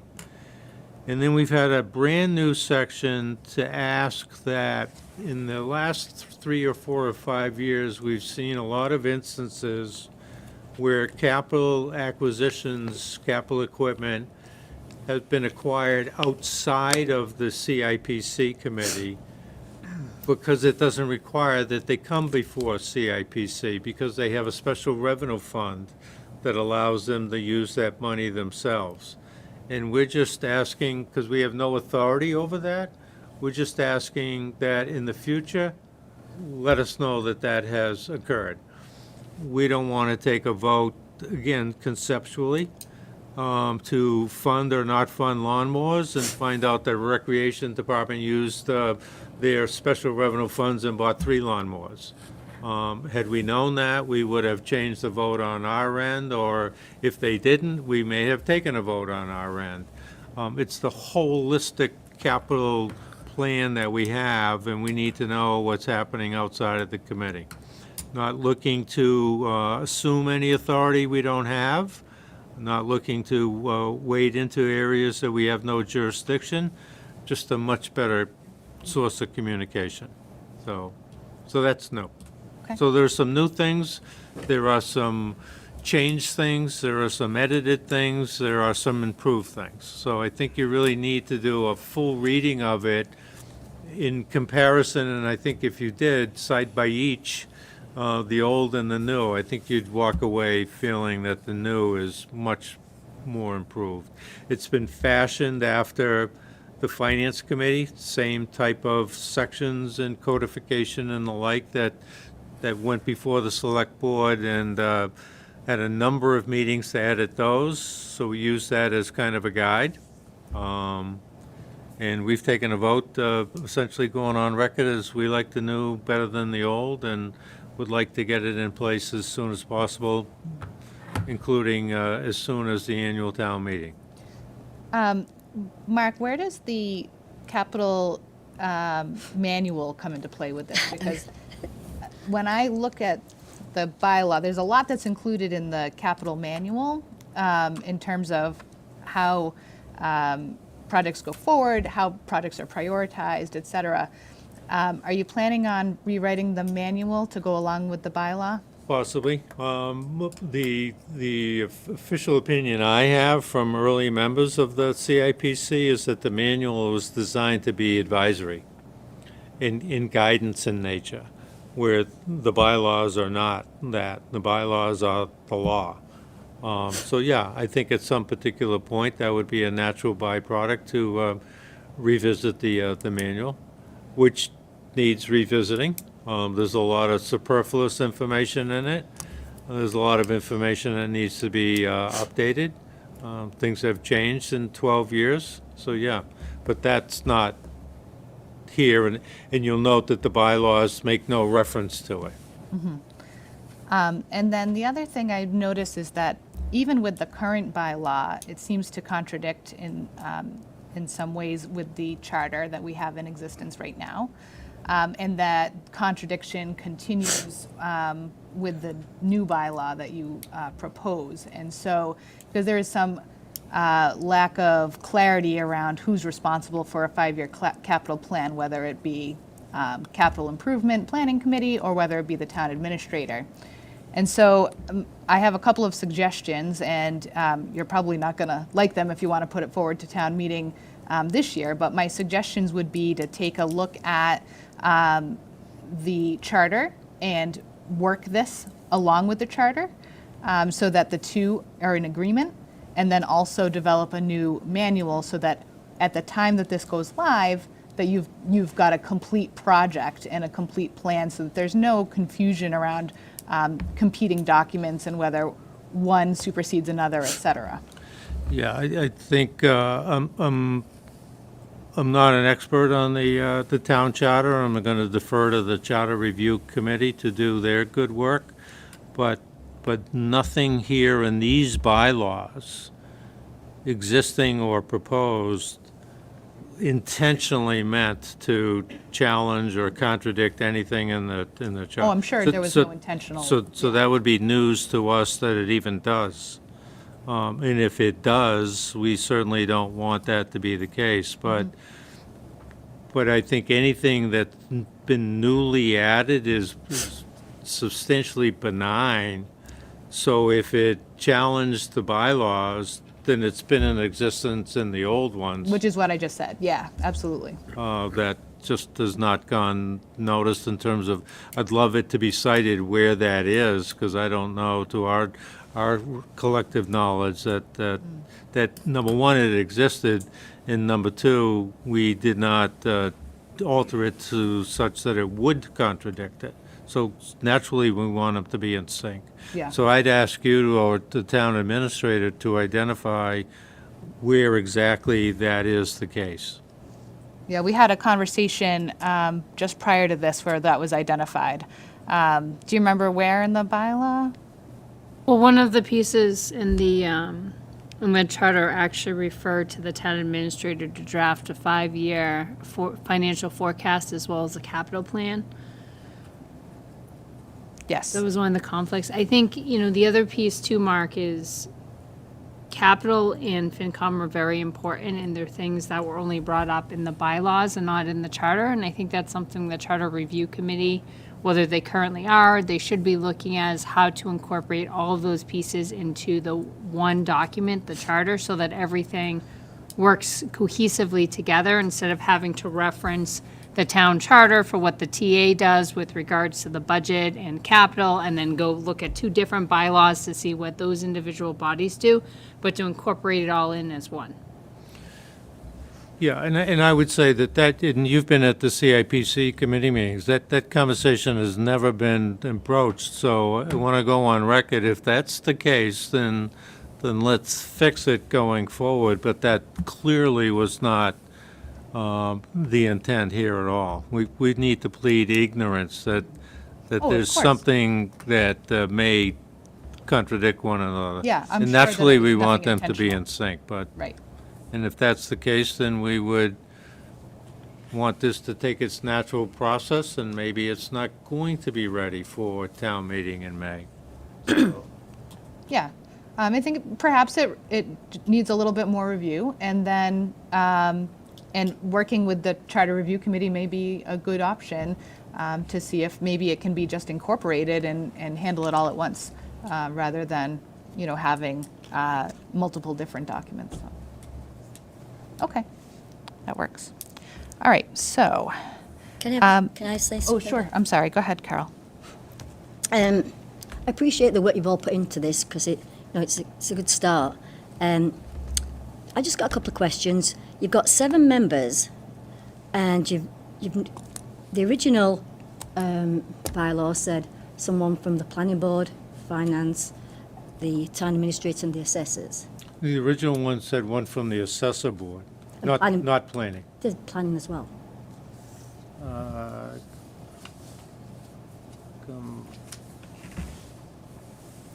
Got it right in front of me. Shall consist of the town administrator or a designated representative, 1 member from the finance committee, 1 member from the board of assessors, and 4 at large. You're correct. I got that wrong. I was looking at the planning committee and saw planning board, so you're correct. So, You've been talking to Neil Bagdis too much. yeah, well, I see him sat there. I apologise for that. But what I wanted to say is there's 7 members, and you're taking a vote away from one of the members, so you've got 6 members voting. Totally understand that if it's a split vote, you're right. So why Yep. would you do that? Because you don't generally have Yeah. a board. Nope, you're entirely right, and that could be a problem down the road. The reason that it defaults to that is because we're asking the town administrator not to be official, and if the select board wants the town administrator to have an official vote, I don't think that's a hill that we want to die on. We're just trying to relieve a very awkward situation. It is awkward. I'd appreciate that, Yeah. but I think you still need to change the membership so that Yep. you don't have a split vote. I think that's an easy change, Yeah. honestly. Like, perhaps you just go to 5 members, right, and then expect that the town administrator will attend and be a resource, but doesn't necessarily need to be a member if she's not going to have a vote anyways. And you're already losing one from the assessors, Yeah. because you're no Yeah, longer, and the reason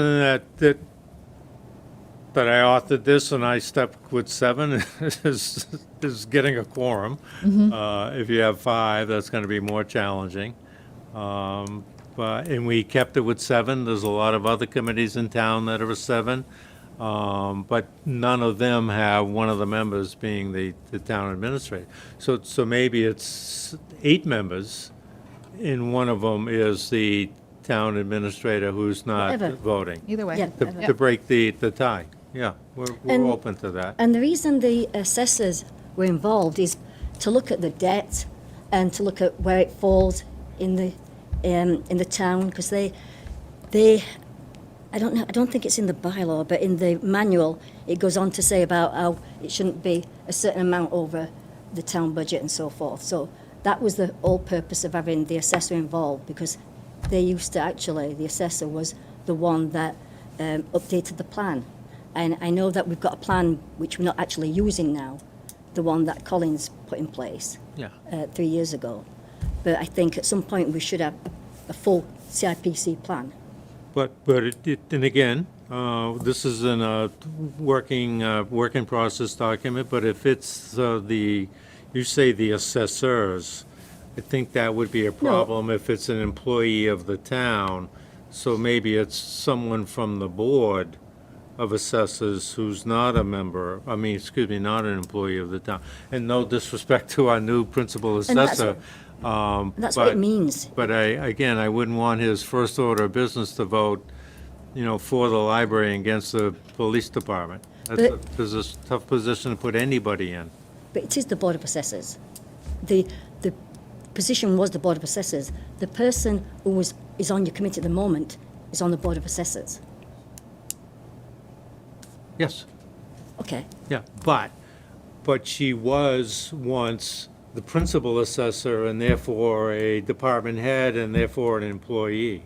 So we're basically saying we want to twist that a little bit and not have the person be a department head or employee of the town. That's what the new one says, which I think makes sense. For reasons I think we already described as being very difficult a position for anybody to be in. Yeah, I agree. But like I say, it is the Board of Assessors, not the assessor. And then why haven't you increased the 10,000 threshold? Because I know Collins Group did suggest that was a low number when they did the assessment 3 years ago. The existing bylaws say 10, I left it at 10. I'm just thinking about inflation, that's all. You don't get much for 10,000. Well, there was discussion early on of maybe making it 25,000, and that was met with thunderous rejection, On your so, board, yeah. or your committee. So we just left it at 10. And the last thing, in the special considerations, let me get back to the old one, new one, I should say. I understand what you're saying about bringing things forth that aren't under your purview, in special funds. I understand what you're saying, that you want to be aware of the capital purchases and that. I just would like to see the wording a little bit different, because I don't like the fact that, Yeah, the third item says that they should involve us. Yes. Inform us. And frankly, if I spent any more time on that word, whether or not it should be shall or will or must or should, the point is there, so if that needs to be wordsmithed to make it less authoritative, is encouraged to, or would, something to that effect. I mean, literally, we talked about that word ad nauseum. Because as you know, in legal documents, there's the difference between will and shall and could and should and would and must. So we're just saying we want to be informed. extended the courtesy of being informed. Okay. That's all I've got. That's good. Kirk, any thoughts? Anything that you'd like to add? You still with us, Kirk? Yeah, no, I'm here. Just the mute button was on. Oh, No, sorry. I'm good. Thank you. Okay, great. All right, so we'll move on. I want to thank the committee. I appreciate all your work this year. I know you've done a lot, and, thanks for continuing to stay on board and do work for us. It's a thankless job, we know. Do you want to close your meeting, Mark? Is there a motion to adjourn the CAPC meeting? I'll make a motion. Motion's been made, second? Second. Any discussion? None, all in favor? Aye. Aye. Opposed? None, abstentions, none. We're closed. Very good. All right, so moving forward, next on the agenda is we have an MBTA Communities Act discussion with Roberta Bryan.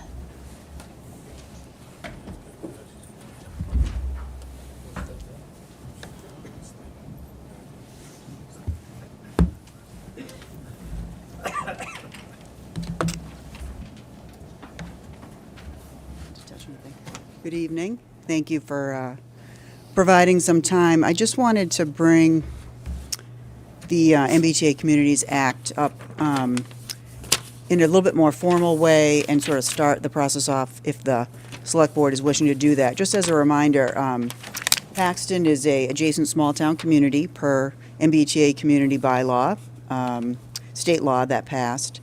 And the deadline for small communities to comply with that law is the end of this year, December 31st, 2025. Compliance means that the town residents have to vote in the majority to create one or more overlay districts with corresponding bylaws that spells out multi-family housing of a certain density prescribed by the state for the town of Paxton, and in ways that the town would want to see implemented that corresponds with the state law. So there's been a task force that has sort of come out of the zoning bylaw review committee that has been working with CMRPC for the past 18 months or so to understand the bylaw, understand the law, compliance, start to think through what our bylaws would look like with the intent of bringing that through to the state in what's called a pre-adoption policy, and then with the Select Board's approval and hopefully vote to really start that process in a formal way beginning soon, so that this information can be brought to the public, can be handed out similar to the bylaw changes that have been printed and put out at certain public spots in the town, and really just do a good job of informing the public of what's coming and have their input and discussion, so that if the town does decide that compliance is the road that the town should take, that we can begin that process sooner rather than later. So I'm here tonight to ask if the board would vote whether or not they feel the town should pursue compliance under this law. And then any discussion is helpful on the committee or process, so that we have sort of our marching orders, or whoever you designate has their marching orders going forward to work on this, if that's what the vote states. Okay. Roberta, I know there's been some work done on this already. Yep. Can you bring us up to speed as to where things are currently? Sure. So to date, I'll call it a task force for lack of a better word. The task force in CMRPC has identified 3 parcels in town that meet certain specifications as outlined by the state as part of a transit-oriented development, and have started to draft corresponding language for a multifamily zone that would go hand in hand with those zones. I have become part of a cohort of small adjacent towns that meet on a monthly basis to share best practices, to share information, to get questions asked about exactly that. How many overlay districts should a community put forward, which is really a decision of the town residents or the Select Board, whoever decides to make that policy. We have a great, I think, outline of a bylaw, and our next step would be, in my opinion, to forward that to EOHLC, the state agency that's in charge of adopting or or revising the bylaw to make sure that it is compliant, to get sort of early buy-in, as I think a scenario that wouldn't benefit the town would be if we move forward with just some general public comment, only to find that what we're thinking is a proper bylaw in a proper area that the state agency doesn't. And then we would have wasted a lot of time and participation that we're really working hard to get and sort of have to start over. And it would, I think, also look as though the task force and CMRPC probably weren't entirely prepared. So trying to get some things in order, have a better understanding from EOHLC of what their expectations are and how they feel about the proposed bylaw, which I feel like has been shared, and Heather can correct me, because it was, while it wasn't part of our bylaws that we tried to pass last November, it was part of the larger rewrite and additions per some state guidelines that had come out, like accessory dwelling units and floodplains, et cetera. Okay, so there is an outline of a bylaw that's already been completed. At this point, so my understanding is we have identified the 3 parcels. What is the thought process around sending it to EOHLC now with all 3? And then potentially, what could happen if we sent it with 3 versus identifying 1 and sending it with 1? I think EOHLC's response would be the same.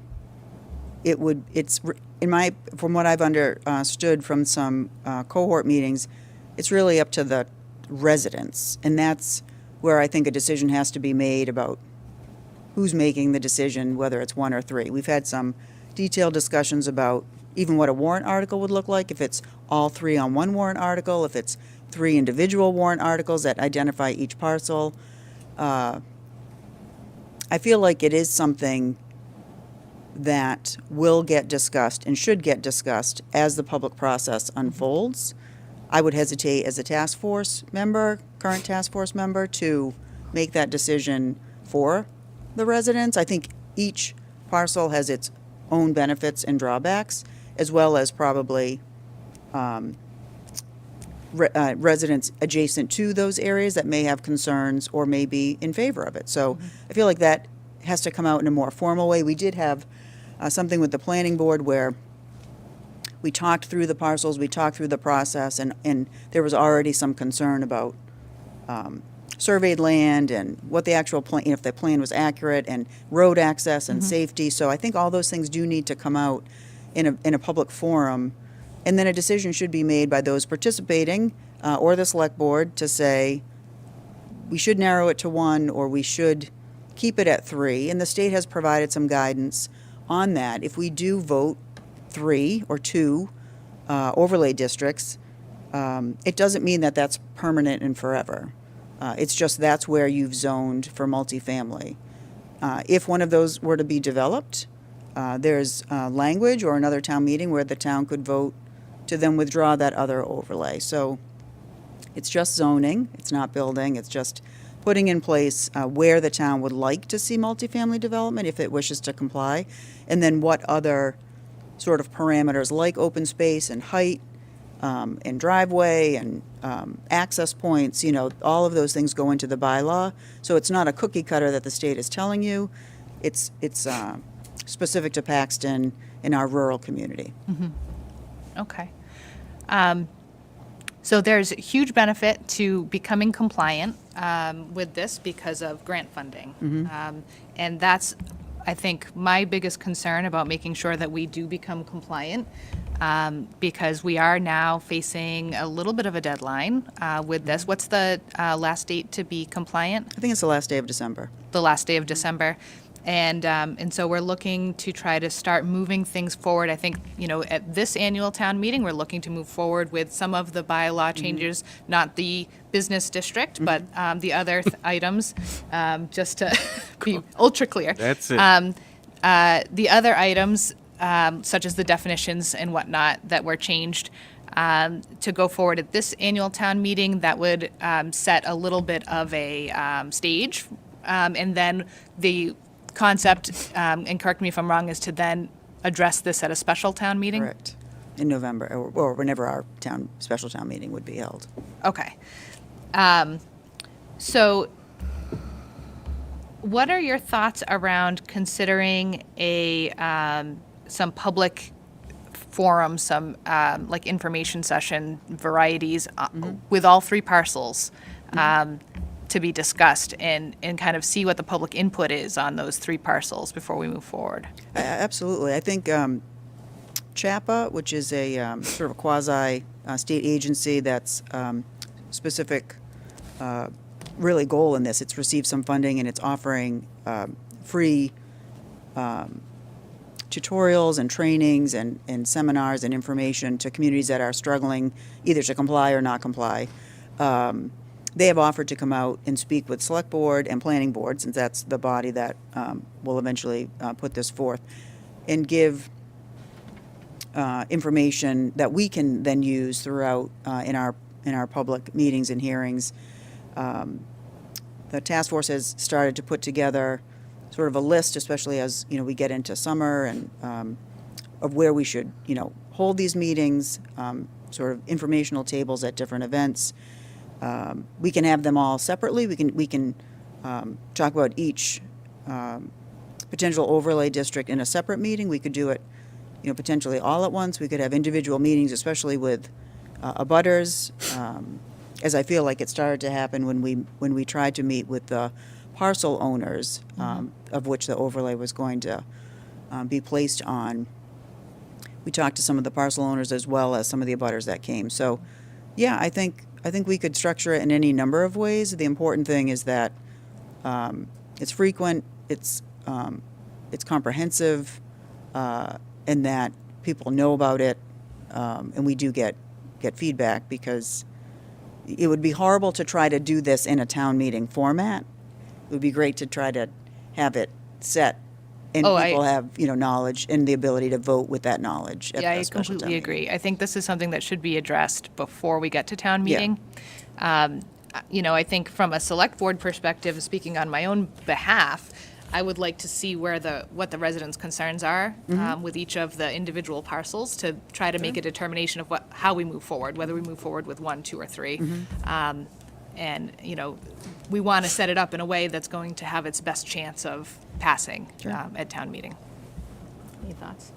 So, Roberta, these three parcels that have been identified, are they 5% as the requirement each, or do they add up to 5%?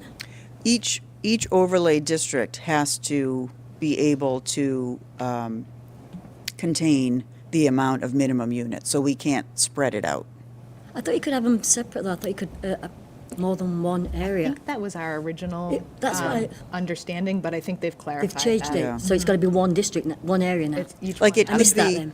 two parcels in one overlay that touch or contiguous Yeah. to, but it can't be 20 units here and Yeah, okay. 20 units. I missed that part then, Yeah. because at one bit, it said it didn't have to be all in one area. Okay. Yeah. Because we're looking at 5%, which is about, according to your slides, 5.66 acres. Yeah, is that what you... Well, may I just help? I mean, Roberta and I have been on the committee since it started, the group, the force, whatever. But there's a lot more to it than just 5.66 acres. We have open space, we have to have on-site septic, we have to have parking.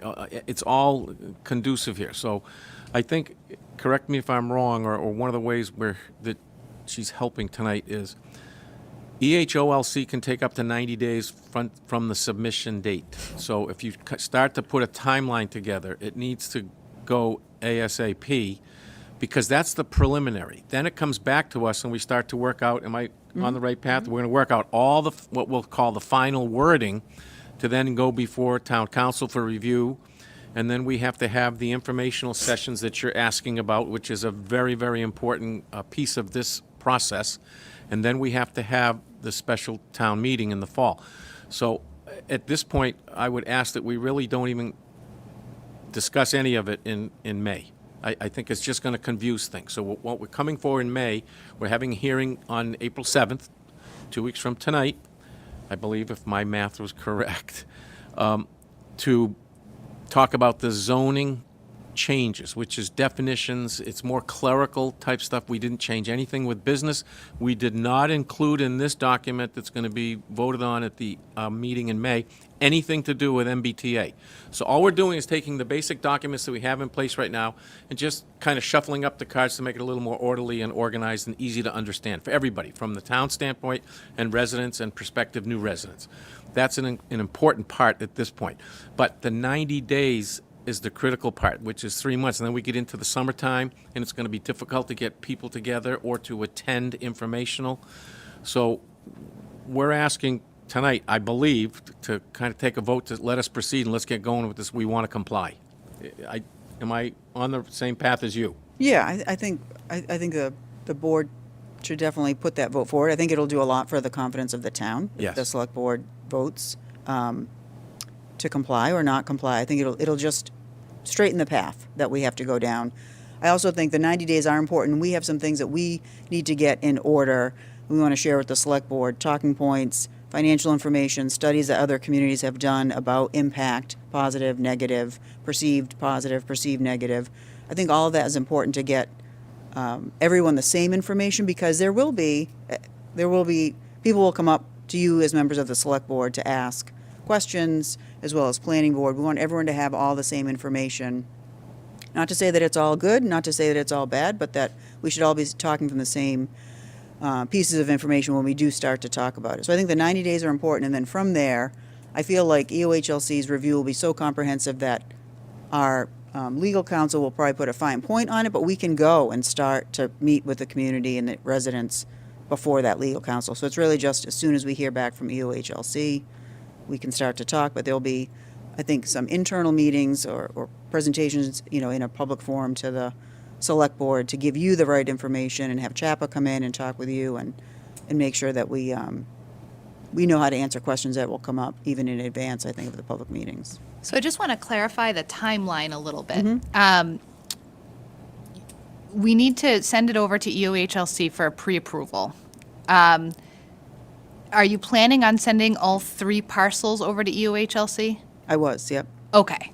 All right. So, because that was part of my concern was, is there a drawback to sending all 3 parcels to EOHLC and then coming back? And if we then choose to move forward with just one of them, Yeah. is that going to create a problem? I don't think so.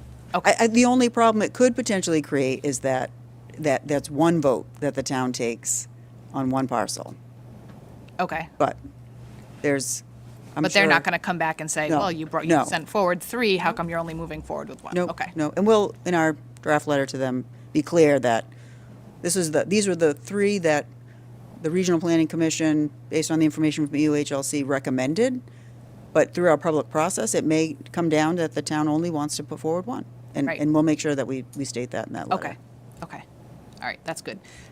Because my thought process was we should probably work on having these public sessions sooner rather than later if we need to consider changing what we submit for a pre-approval. But yeah. if that's not a Yeah, I don't think concern, so. then that's Yep. good. Okay. Okay. One other point, if I may. It appears after annual town meeting that you're going to, because in the past we've had a special town meeting in the fall. We don't want to delay your need for a town meeting because we're not ready. So I think it's important that this hand in glove or dovetail together very quickly.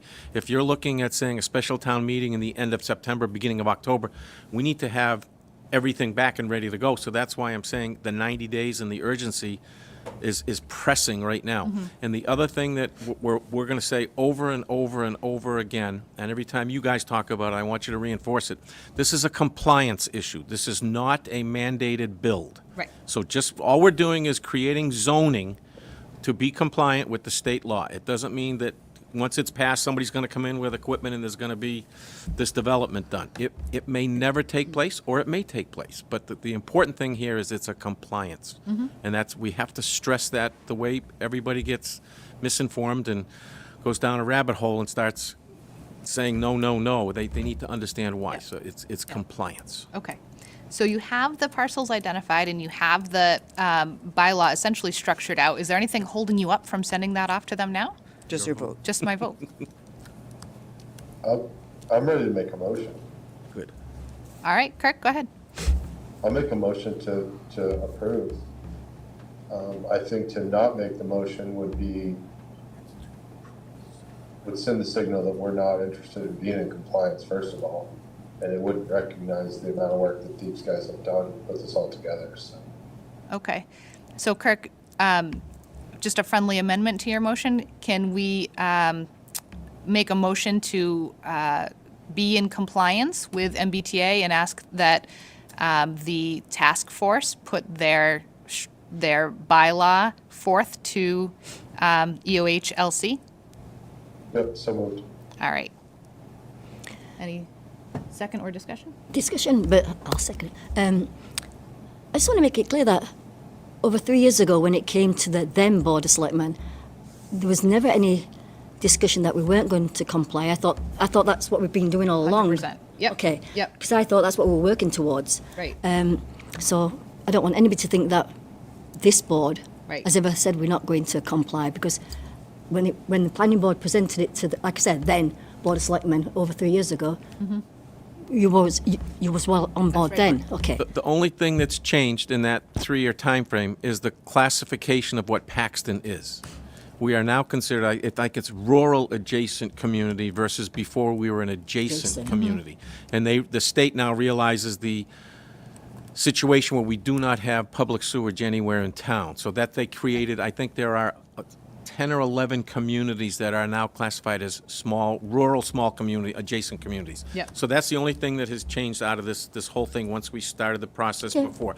And to further Carol's comments, it was an information thing to inform you that we're going to do this. We're moving ahead. We've gone down that path with a consultant with the CMRPC, and it's important now that the residents know that the board is behind the efforts that we're putting forth to get this done. Well, So I think that's really what we're looking for, is a support, just saying, we're supporting your efforts, charge ahead, get it going, and let's then continue the process. Because they said, all these things have to fit together with your special town meeting in the fall. If we're not ready, that postpones your need, and we just want to make sure we're on the same page.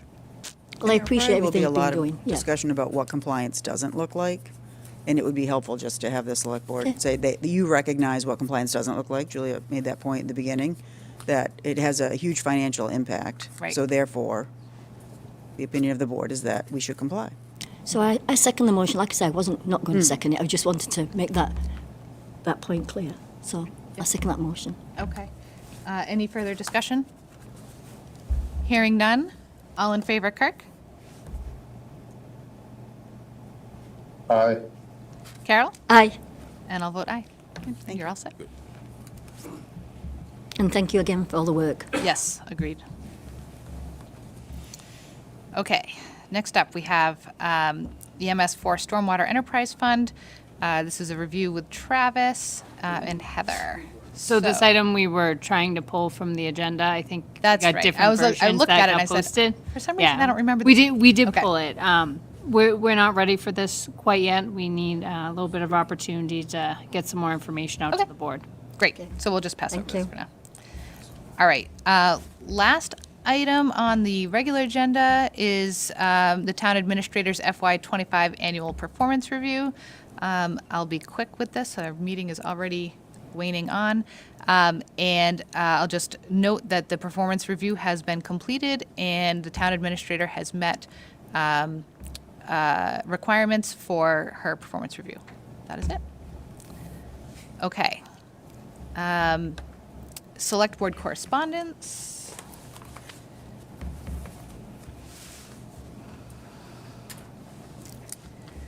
All right.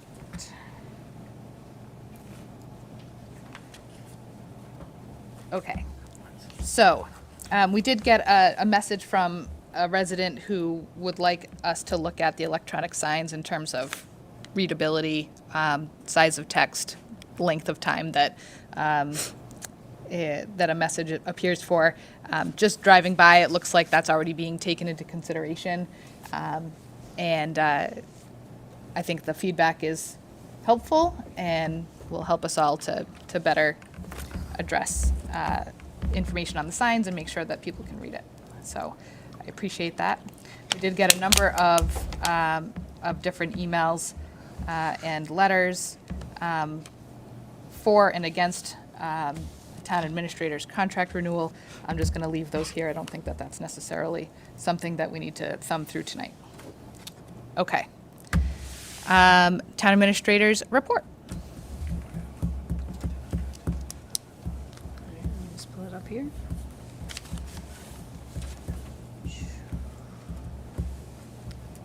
So we have a number of meetings up and coming. Let's see here. 1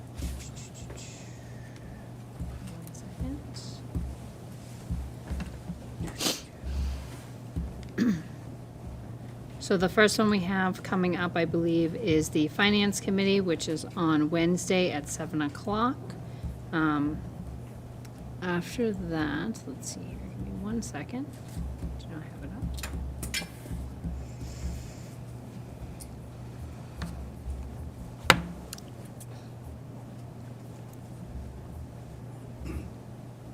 Okay. I'm sorry, I missed. Board of Health is tomorrow, I believe, still at 7 PM. Yes. We have a joint select board finance committee budget hearing and override decision, 7 PM on April 2nd, training room. April 3rd is just a due date for the annual town meeting warrant article, so if anyone has one, if they could please get it in to me before 4 PM. Most departments, I already know what's coming, so I have most of those already penciled in. April 7th, we have the Planning Board Committee's public hearing for the zoning bylaws that has been advertised in the newspaper, and the surrounding towns that are required to be notified as abutters has been in process and is taking place. April 13th is a select board meeting at 7 o'clock. On May 5th, we have annual town meeting. Please note, it is going to be at Anna Maria College. We took a tour last week with Donna, myself, Lori, our town clerk, and Roger to go check out the location. We also met with IT at that location to kind of figure out how we'll do things a little bit different. And what we need to get things set up. So I think it's coming along nicely. Our goal is to try to get the information out as soon as we can with regards to where people need to park. School will still be in session, so there'll be some parking available in certain spots, not as wide open as if the college was closed for the time altogether. There's the annual town election, which is on May 12th. Let's see, I believe Lori did post today. We had one person who pulled nomination papers, Chris Stone? Curtis. Chris Curtis, never mind, I will not try that again. Chris Curtis had pulled nomination papers, so as of right now, I believe that brings it up to 3 people in the contested race for the select board under 3 years, and that's the only change from the town caucus. Okay. Wonder how Chris Stone would feel about that. I know, he's already on the ballot. What's that, Chris Stone? Yeah, he's already going to be on the ballot. I have all kinds of names in my head today, apparently. We are still looking for somebody to step up for the Assessors. assessors, so that'll have to be a write-in. I hope Yep. somebody does that. That would be, and if anyone at home is interested in that, if you see Lori, she can give you information on how to go about being a write-in and what information she is going to need when people write things onto the ballot. Yep. Opportunities, employment, so we still, we no longer have the principal assessor. This is since I wrote this. Congratulations, Robert. Let's see, still looking, I believe, for a full-time police officer. No updates on that, chief, I don't think. Okay. And I think that's it for the very moment in time, other than we have a myriad of recreation opportunities for anyone. Volunteer positions, we still have the Charter Review Committee seat, and a Open Space and Recreation Planning Committee seat, and 2 Concom seats. In addition to that, I think we're gonna look when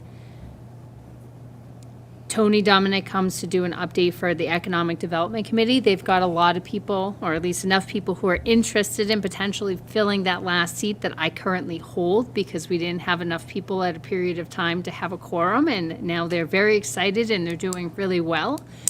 So when we go to do the restate of their mission, we're going to make a recommendation that the town administrator not have a seat on that committee. and that way we can free it up for a resident or a business owner.